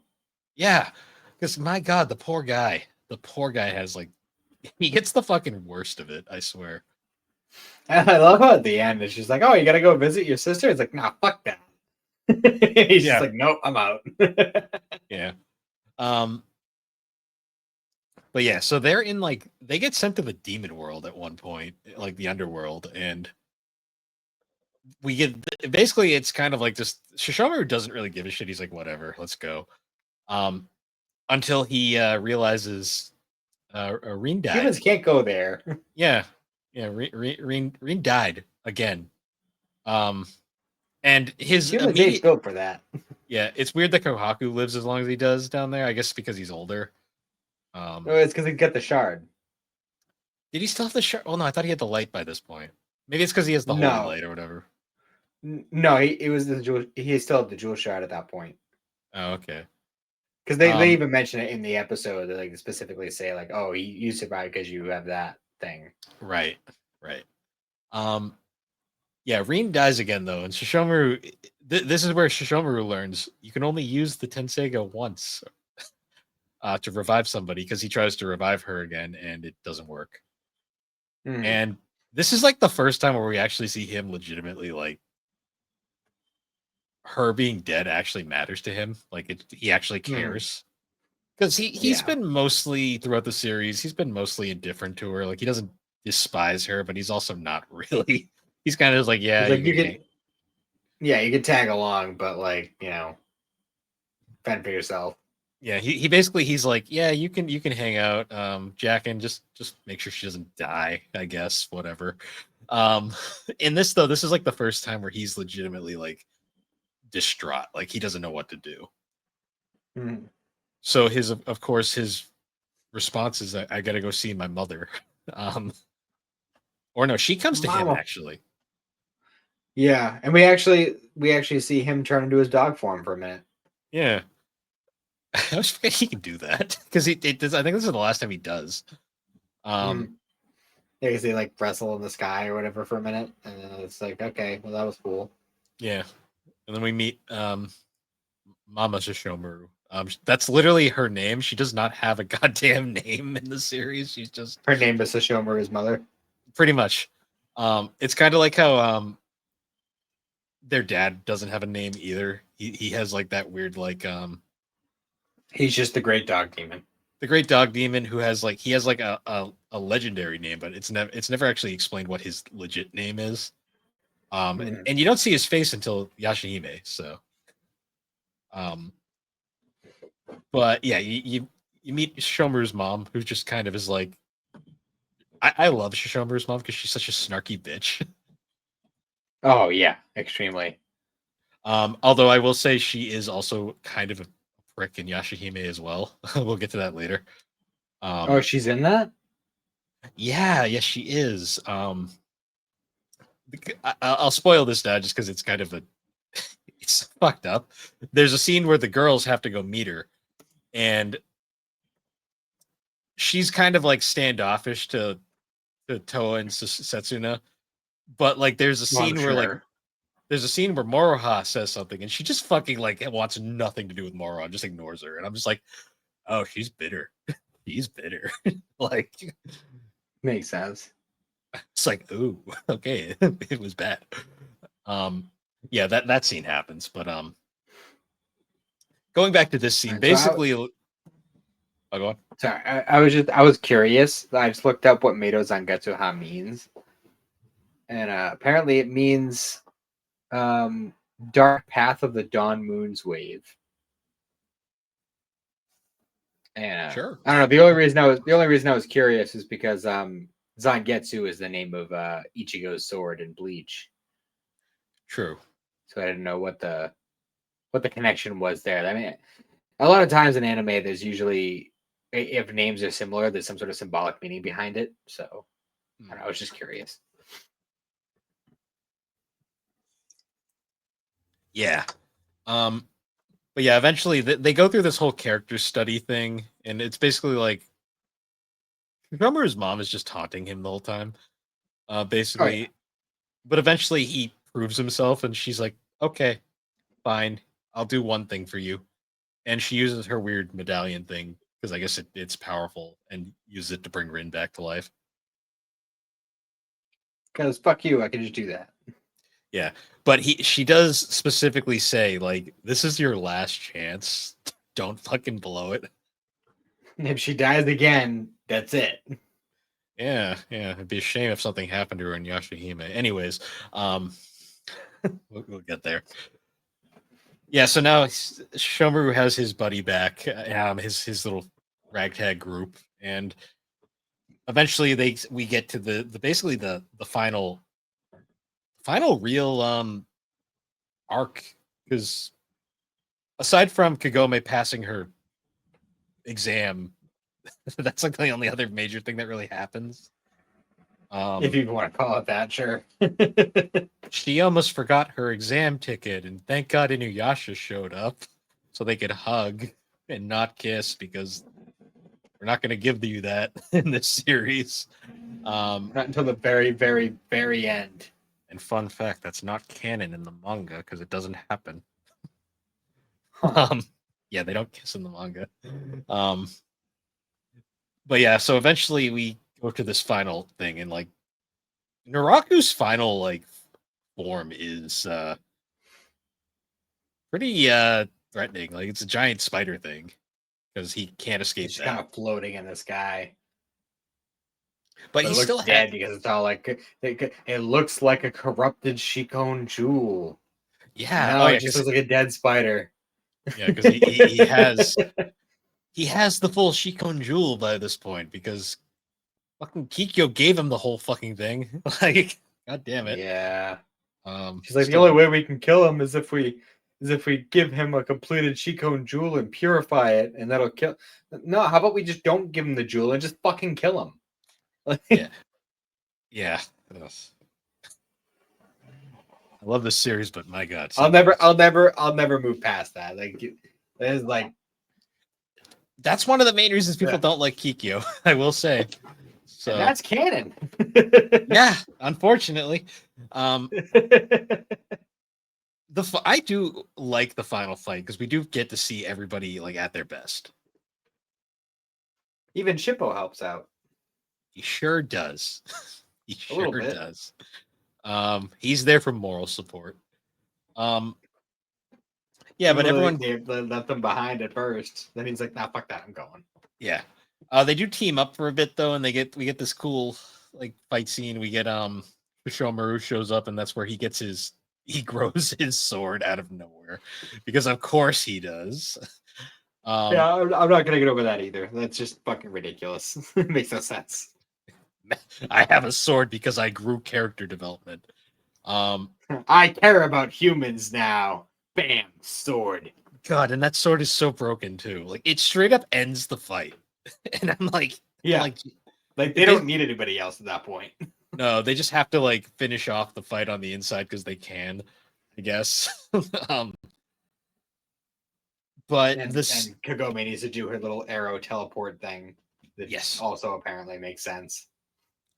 but the most fucked up part is like after he gets defeated, then they're all kind of gathered around, and it's like suddenly the Bone Eater's Well's like, oh yeah, you're not from here. You're going back now, and you don't get time to say goodbye.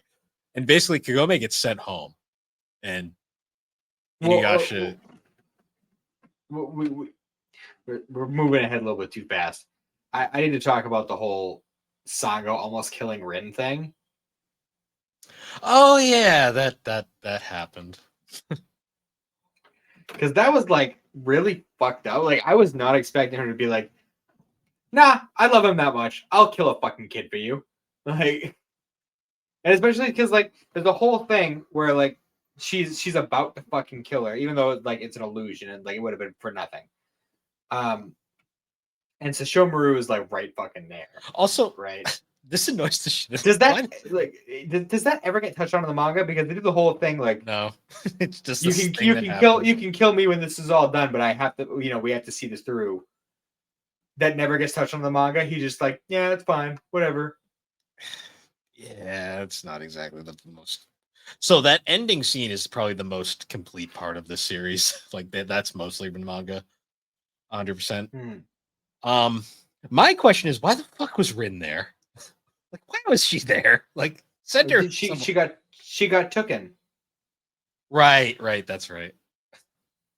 And I'm pretty sure that was exactly the reason too. Is they were just like, nah, Sesshomaru is actually gonna fuck me up, so I need some leverage.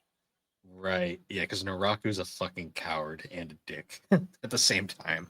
Because I don't remember if he already had Box Saga. Like he already had Box Saga by the time that fight started, right? Yes, because it's eventually Yeah. because All he. right. So if he knew the sword existed and what its power was, it would make sense he would take Red hostage. Yeah. I'm not sure they knew exactly the true power of it though. It's kind of it's weirdly implied.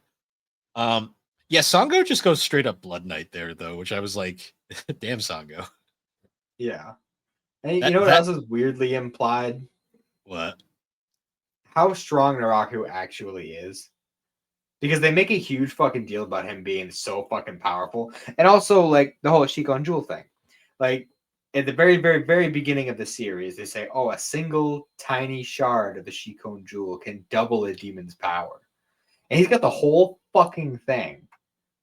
And it's just like, no, this little ragtag team just come in and fuck you up. Like, no question. Like, you don't even have a chance, bro. You're done. The fucked up thing about Naraku is his fucking like ego and hubris is so fucking large that he like kind of lets this happen. And I will say, like, I love that whole scene because it is just one of those like really obvious, like, oh yeah, where like he's like, ha, yes, I did this and I did that, and I'm the guy, and I and Kagome's like, yeah, but why though? Yeah, He's that's like, the thing with fuck, yeah, that's why? Why am I doing it?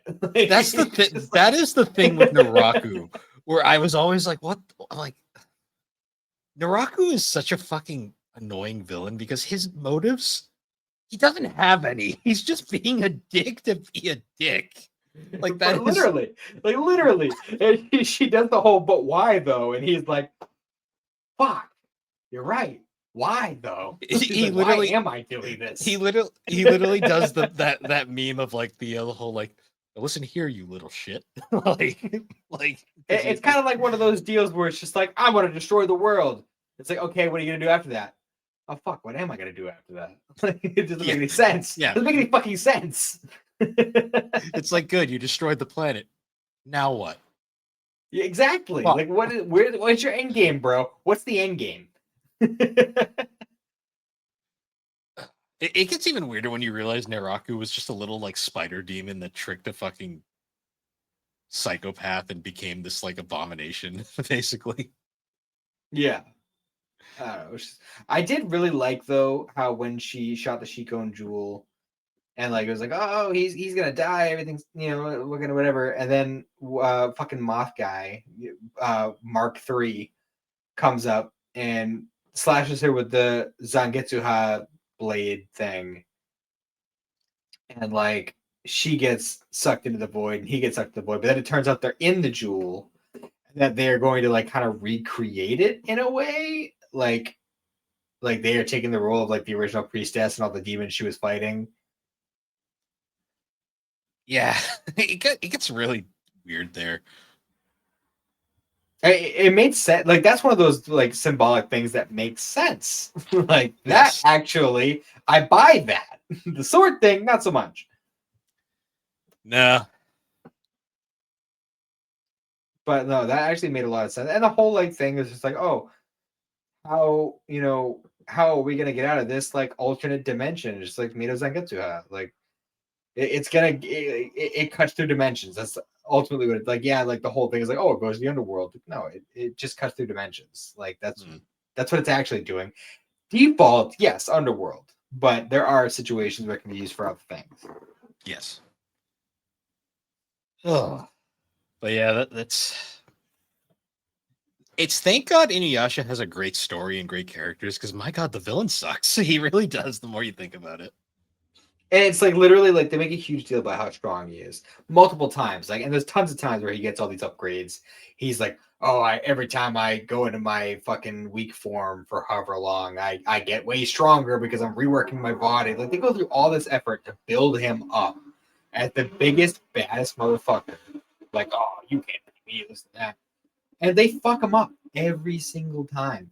I think it's really like the biggest thing is like he will always be held back by the fact that his base is the Onigumo guy who is just a loser, like which will always be Yeah. like the problem he has. No matter how many times he tries to get rid of him, it's like, oh right, I kind of need it. Yeah. It's just one of those things. It's just like, and I get what they're doing with it, and it works for the show, sure, but like they make such a like he's literally the guy through the whole fucking series. He's the guy, Yeah, and nothing. It was like literally every time they actually have a real confrontation with the motherfucker, and he's not just hiding behind other people. They fuck him up every time. also too when you think about it too, like almost everything he does throughout the series is literally just to be a petty bitch. Oh, Like for sure, like big time. like what he does to Moroku's family. He just did that because he felt like being a dick. Like there was no Yeah, reason for that. He's like, oh, I'm gonna there was make no your real threat. I'm gonna make your family's life because I can, and make it basically so your family is doomed. He's To like, hey, eternal. look, little Demon Slayer kid, I'm gonna make him kill his whole family. Yeah, I'm gonna ruin this kid's life, and then turn his one surviving family member against him. Yep. God, He just does this shit for kicks. yeah, no, he does. Like his motive is stupid. Like that's why I always say like I love Inuyasha, the story, the characters. It's better. It's more about the journey and less about the goal. I guess you could say. No, I fully buy that 100%. This is definitely one of those. The Shikon Jewel was the friends we made along the way. Yeah, honestly, because like after he's defeated, like he just goes away, and it's like, oh yeah, he's gone now. The world is normal. And he's just like, oh, this is what peace feels like. This And is nice. I was like, And then he bullshit, dies. bullshit, go away, like, be gone with you. Like, we're done with He's just like, this. oh, this is what being happy feels like. Fuck. And then he just dies. Ugh, I know. I hated that so much. I was like, what a. It's weird that the main villain is like the worst part of the series in a lot of ways. Which is, I mean, it speaks for how good Inuyasha actually is too, because a good villain. I mean, this is the thing is he's a great villain, but he's also a terrible villain, and it's almost for the same reason. Yeah. Well, I one thing I hate in series is when they make the villain sympathetic, because I hate when like people become like fans of the villain. Naraku, you never feel for. It's like Naraku's like just. It's like once he's dead, you're like, thank God. Like, go away. Yeah, that's one of those things that, like, say, for example, Naruto does to death. Yeah, every villain is like, we can be friends, and it's like, okay. Even the Whatever. ones that don't, even the ones that don't end up coming around to being friends, it's just like they go out of the way to try to make you feel bad for him. Even random fucking air cannon guy from the tuning exam, like, fuck that Yeah, guy. I don't care about him. yeah. Why do You I know, care? Fucking bun Narak. guy blew his arms off. Yeah, no, Naraku the whole time, like throughout the series, it is very good at making you hate him. And then once he Mhm. finally dies, you're like, thank God. Like, we're done with this. And they had to go and give him a moment of peace at the end. Like, fuck you. It's like, no, go away. Like, be gone. Um, which is unfortunate because then we immediately get basically Kagome gets yeeted back to her era. Like Mhm. the world's like, okay, you're done. Like, you go home now. No more Shikon Jewel. Um, Mhm. and it's even worse because Inuyasha's still with her very briefly until it's like the world's basically like, no, no, no, he's got to go back. Like, you're alone now. Like, Yep. all your friends you made, because let's face it, your friends in the real world weren't your friends. Like, no matter what we say. Um, Well, I still say debatable. they were the true villains of the series. I don't debate. I mean, they fucking. I mean, she would disappear for months at a time, and they would still, they were still friends with her. Like, they Oh, still Kagome, made you a didn't. huge deal about wanting to all go to the same school and shit. Like, I don't I know. know, I mean, I know. I laugh because it's always like the whole time. I always laugh that scene. The whole time they're like shitting on Inuyasha, like they're like, what an asshole, and then they meet him and like, he's so cool, and I'm like, you guys are shallow as fuck. And then I'm like, all right, they're middle schoolers. It makes sense. they covered for her for Hojo, because as far as they knew, Hojo and Kagome were like a thing. But then she was also dating Inuyasha on the side. But then to, Inuyasha was also dating another girl on the side. It was a whole mess, and they kept quiet about the whole thing. I mean, they were pretty loyal to her. to be fair, I'm pretty sure Kagome was the only person who wasn't aware of the Hojo thing. Like, I don't think she Yeah, was well, it's ever aware of that. one of those situations, man. One of those situations. But yeah, like Kagome Oh, basically. Oh, yep. I was going to say random side tangent. Um, I watched the first couple episodes of what I think. 'Cause I know we were talking about recently about how like all the big like romance animes or kind of or manga series at least have ended, and like we're kind of like, what's next? I think Mhm. I watched the first couple episodes of a brand new one that I think is going to be one of the next big ones. What series? Um, the was it the fragrant flower blooms with big Oh lilies? yeah, I see that all the time. I'll get to that eventually. The first two episodes is that's all that's out right now. But Okay. um, I watched them, and I will say, just based on those first two episodes, and I hope I don't end up sticking my foot in my mouth by saying this, but it seems like they're kind of subverting a lot of the tropes they use in romance animes, and I am super here for it. Good to know. Good to know. Um, so the final part of Inuyasha is kind of bittersweet. I'm not gonna lie. Mm. Because Kagome is now stuck in the modern era. Like, the well no longer works. She's cut off from all her friends, and she's basically like, okay, I'm a normal girl again. I'm going to high school. Um, And I have to say, I love Kagome's like high school uniform. Mhm. Like they give her this really awesome design, and we never see it And use it again. for half an episode. Yep. Because basically once she graduates, because there's a 3-year time skip, she graduates high school and she's an adult now. Still don't understand why she wore her school uniform while she was in the feudal era, like constantly. It made no Because it sense. was Throw because on it was a pair of jeans. What the fuck's the matter with you?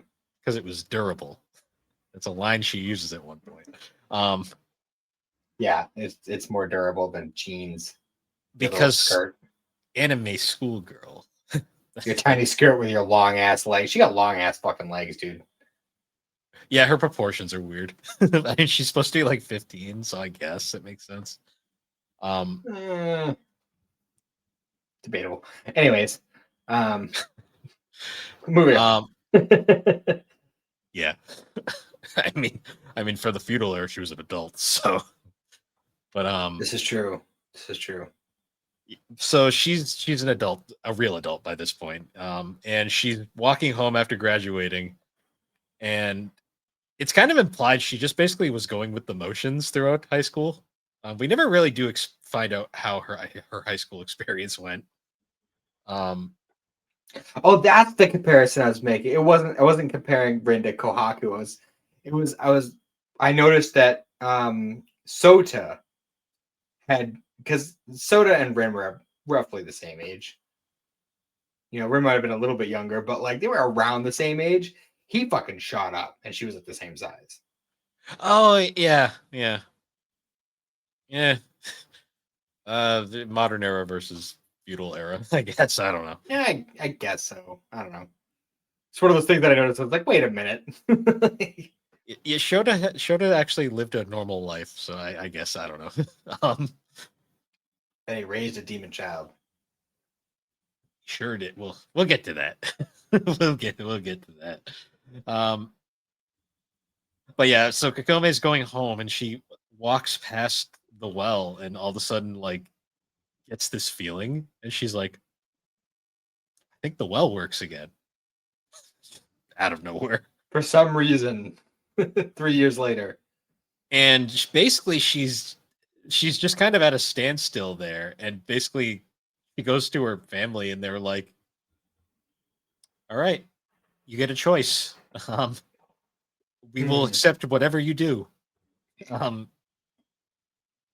And she decides to go back to the feudal era and basically leave her entire life behind. And her, Yeah, I still, it's super funny too because of the whole scene where she's like, "Yeah, I got into college. Well's open. Fuck y'all." yeah, fuck college. I don't need that. I still say Mrs. Hiragashi is the best fucking mom in all of anime. Is she the best mom or is she the worst mom? She's She's super supportive, but she's just like, "Yeah, you can go to the feudal area and fight all these fucking maid-eating demons. That's fine. I have no problem with this." She knows she's safe. Like she comes back fine all the time. Is She's like, she? she never died. She supported her, gave her It's better, stuff. better than Rin can say, I guess. Yeah, It's I okay. love She this. has her cup ramen with her. Yeah, and she likes Inuyasha in his ears a lot. Yeah, I don't know. I'm just saying, Chi Chi would allow it. Yeah, the difference there. Miss Hiragashi is like Miss Hiragashi is a wonderful character. Chi Chi is She's like very the cool. anti Chi Chi. Kinda. She's like, "Ah, you're fine, Kakome. What's the excuse this time, Grandpa? Oh, she's got syphilis. Sure, fine, whatever. She's fine." Pretty much. At one point, he did say she had herpes. Yeah, she's got like all these diseases that don't exist anymore. I do love that fan theory though, where it's like people always wonder. It's like, do you think Kagome's friends, like when she went back to the feudal era permanently, just wondered like, did she die because she was always getting all these diseases randomly? It's possible. Although Sota does tell his friends that his sister married right out of high school. Yeah, and moved away. That's a implication as well. But yeah, before we get to see her come out of the well, though, we do get to see what's been going on in the feudal era. Moroku fucked. Sango and Moroku were wasting no time. Yeah, they fucked. She certainly bore his children. I also love the fact she tried to kill Reen, and then Reen was one of the people who helped bring her children into the world. Hmm. Oh, I also found it really funny, like that one scene. We gotta backtrack a little bit. There was that one scene where I think at one point, Moroku was gonna like fuck off for a little while, and he convinced Shippo to like turn into him to like cover for him. Yeah, And then like later on in that episode, like Sago does the whole touching his butt thing, like just making sure it wasn't Shippo. I thought that was fucking hilarious. yeah. I love Moroku and Sango. They're so they're a fun couple, like well designed. Like It's like one of the best anime couples.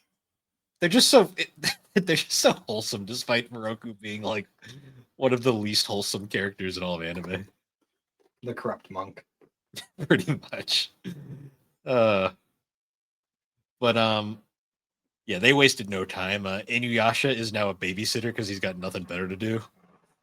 Mhm. I love that the twins, like Moroku and Sango's twin daughters, are just like torturing him constantly. He's just like, whatever, fine. I love how like the second he smells Kagome, he just picks up the kids and just goes, "Slay the fox," and just throws them Yeah, at he's him. go away. He's like, "I got shit to do." Also, Reen apparently just lives with. So the implication is Shishomaru left her with Kaede because he was like she needs to live with humans. Because it makes sense, I guess, because he was like he was doing anything. um, We didn't see much of Kaede throughout the final act. no, she just chills in the village. Like we see her every now and then, but it was very infrequent.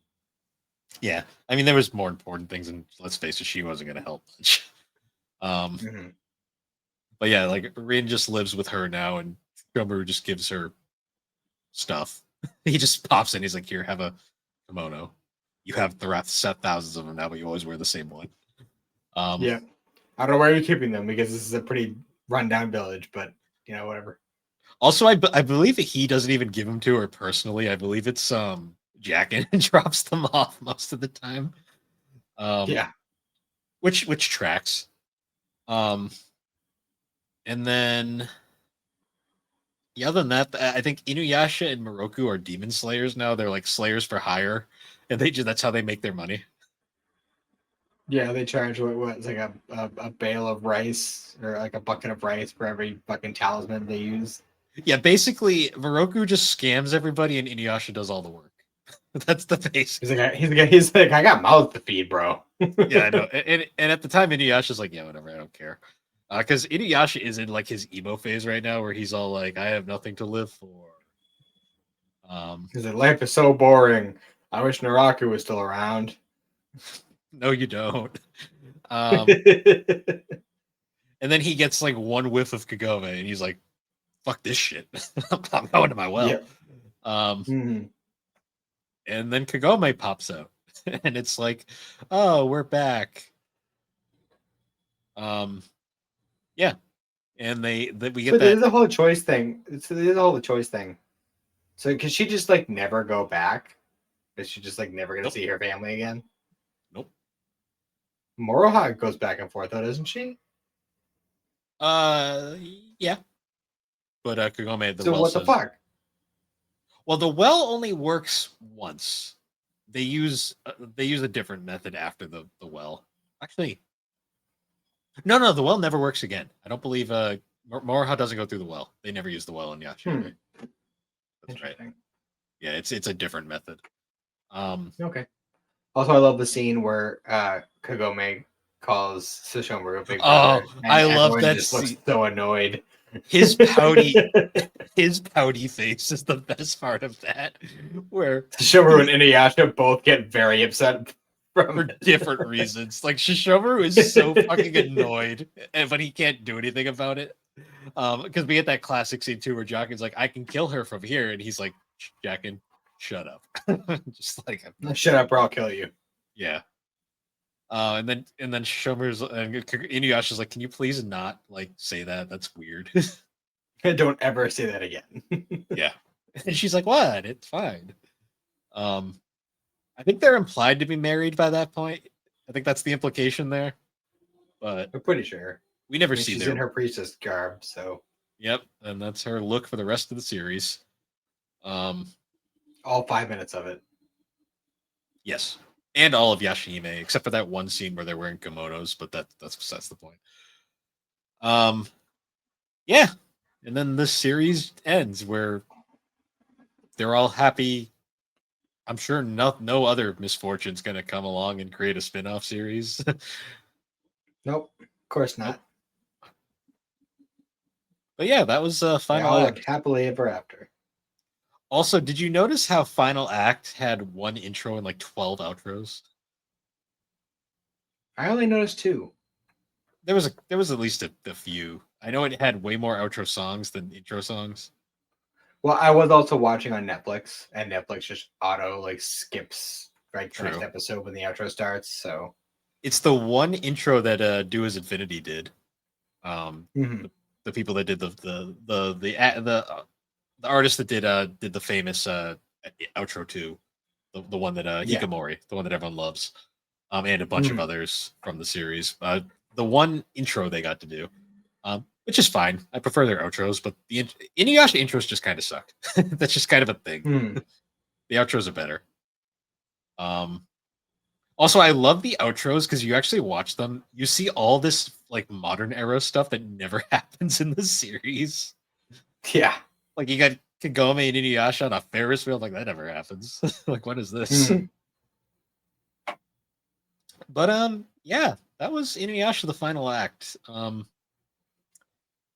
I like it as a conclusion, but I will say the original anime is a lot better. It's one of those things where they both have the opposite problem. Yeah, the thing with the original series though is like I know it's subjective, but I really like a lot of the filler in the original series. Like I feel like the Oh, no, Inuyasha. I agree with you. The Inuyasha filler is very good, but at the same time, it's like that kind of was the justification for treating the final act the way they had to, and because if they handled the final act the same way they handled the regular series, Hmm, it would have been real fucking long. Like taken from like episode one of Inuyasha to the end of the final act would have been like fucking 500 episodes. fair. Yeah, yeah, honestly. Um, Easy. Like it's wild. yeah, rewatching it though, I have to say, still love the series. Mhm. Still my favorite. Well, Um, it definitely it's a fun romp. The characters are all very endearing. I It's one of still those think things where like it has a very like monster of the week vibe for a lot of it, but at the same time, it's they never forget like it's never one of those like we're just going to ignore that happened. Like it's always everything matters to some degree. so. Here's the question I've always had because this is like a debate I've seen people have. Who would you say is the main character of this series? I mean, Kagome is the narrator. I've always said Kagome is the main character, but some people argue because Inuyasha is the name and he is the prominent character, he's technically the main character. But I've always been more on the side that Kagome is the one that really drives everything. Well, no, it's like how it's Kagome is the main character, Inuyasha is the hero. It's the same Yeah, thing as Dragon Ball Z. Gohan's the main character, and Goku is the hero.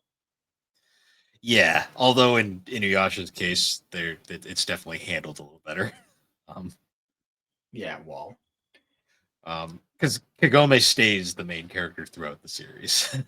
that's the difference between knowing what you're doing from the start, like no having a plan from the start, and winging it week to week. Yeah, Sometimes things aren't going to work out. Then you kind of have to figure out how you're going to get yourself out of that corner. I'm I'm really convinced though, like because Inuyasha was the one that stuck with me. I think it's part of the reason why I really love like female main characters in anime. That's fair. See, it's one of those things where I don't feel strongly one way or the other when it comes to like a male or female lead. Um, it does matter how it's handled in either case. Yeah.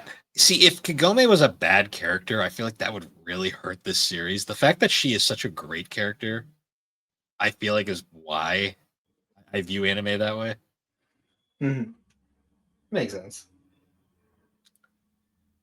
But yeah, no, I'm glad we covered this one. It was fun to revisit, especially because we've been a very Dragon Ball centric podcast, which is understandable.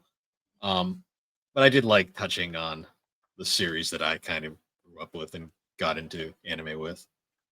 Yeah, it was one of the reasons why I was no, I'm gonna rewatch Inuyasha this year because I gotta throw you a couple bones every now and then. Yeah, You're very accommodating to me with that. And I mean, that to be fair, there is a lot more material, but with Dragon Ball to work with. true. Like at this point, I all we mean, have even left for Z alone is longer than fucking all of Inuyasha, the final act, and Yashahime put together. you yeah, know? and I mean at this point, like all we have left for Inuyasha is we got the. We'll probably deep dive into the movies at some point in the future. Yeah, And we'll hit each of those individually, I yeah, think, and then we could do or an episode each on the 2 seasons of Yashahime. yeah, or maybe one. It depends on how we're feeling because I will figure that one out because Yashima is weird. Yashima is a very weird series to cover. Yeah. Um, but yeah. Aside from that, next week we're going to cover. We're doing Green Lantern still, right? Yeah, we can do that. Okay. So next week we're going back to superhero films and we're going to do a bad film, depending on who you ask. We're going to be covering Green Lantern. The movie DC's first failed attempt at starting a universe. Hmm. Yeah, we're doing Green Lantern next week, and then the week after that will be episode 100. My God, Yeah. it's crazy. But yeah, once again, guys, thank you for joining us on Geek Addicts. You can find Geek Addicts on all the major podcasting platforms, particularly Apple Podcast and Spotify. And be sure to check us out on the Superpod Network. That's superpodnetwork.com, an awesome site where you can find all sorts of different videos, blogs, podcasts. We just wrapped up the blog. Well, we Game Club. We just wrapped up the Bubsy 3D blog, and I believe Thrax game was what was Thrax game again? Yeah, already Crisscross game. yeah, the crisscross game, and I believe if someone's already won. I think Steve won That was already. quick. Yeah. I don't know if I'm going to participate this time. I did Bubsy. I did one finally. Look out though in the future for the next blog series we're doing. We're going to be doing the spooky blogs again. I'll be participating. Thrak is participating. I'm not sure if you're going to participate this one or not. I don't know very many horror games, so probably not. Okay, fair enough. But yeah, look out for those in the future. And with that, everybody, once again, thank you for joining us, and we will see you all later. Have a good one.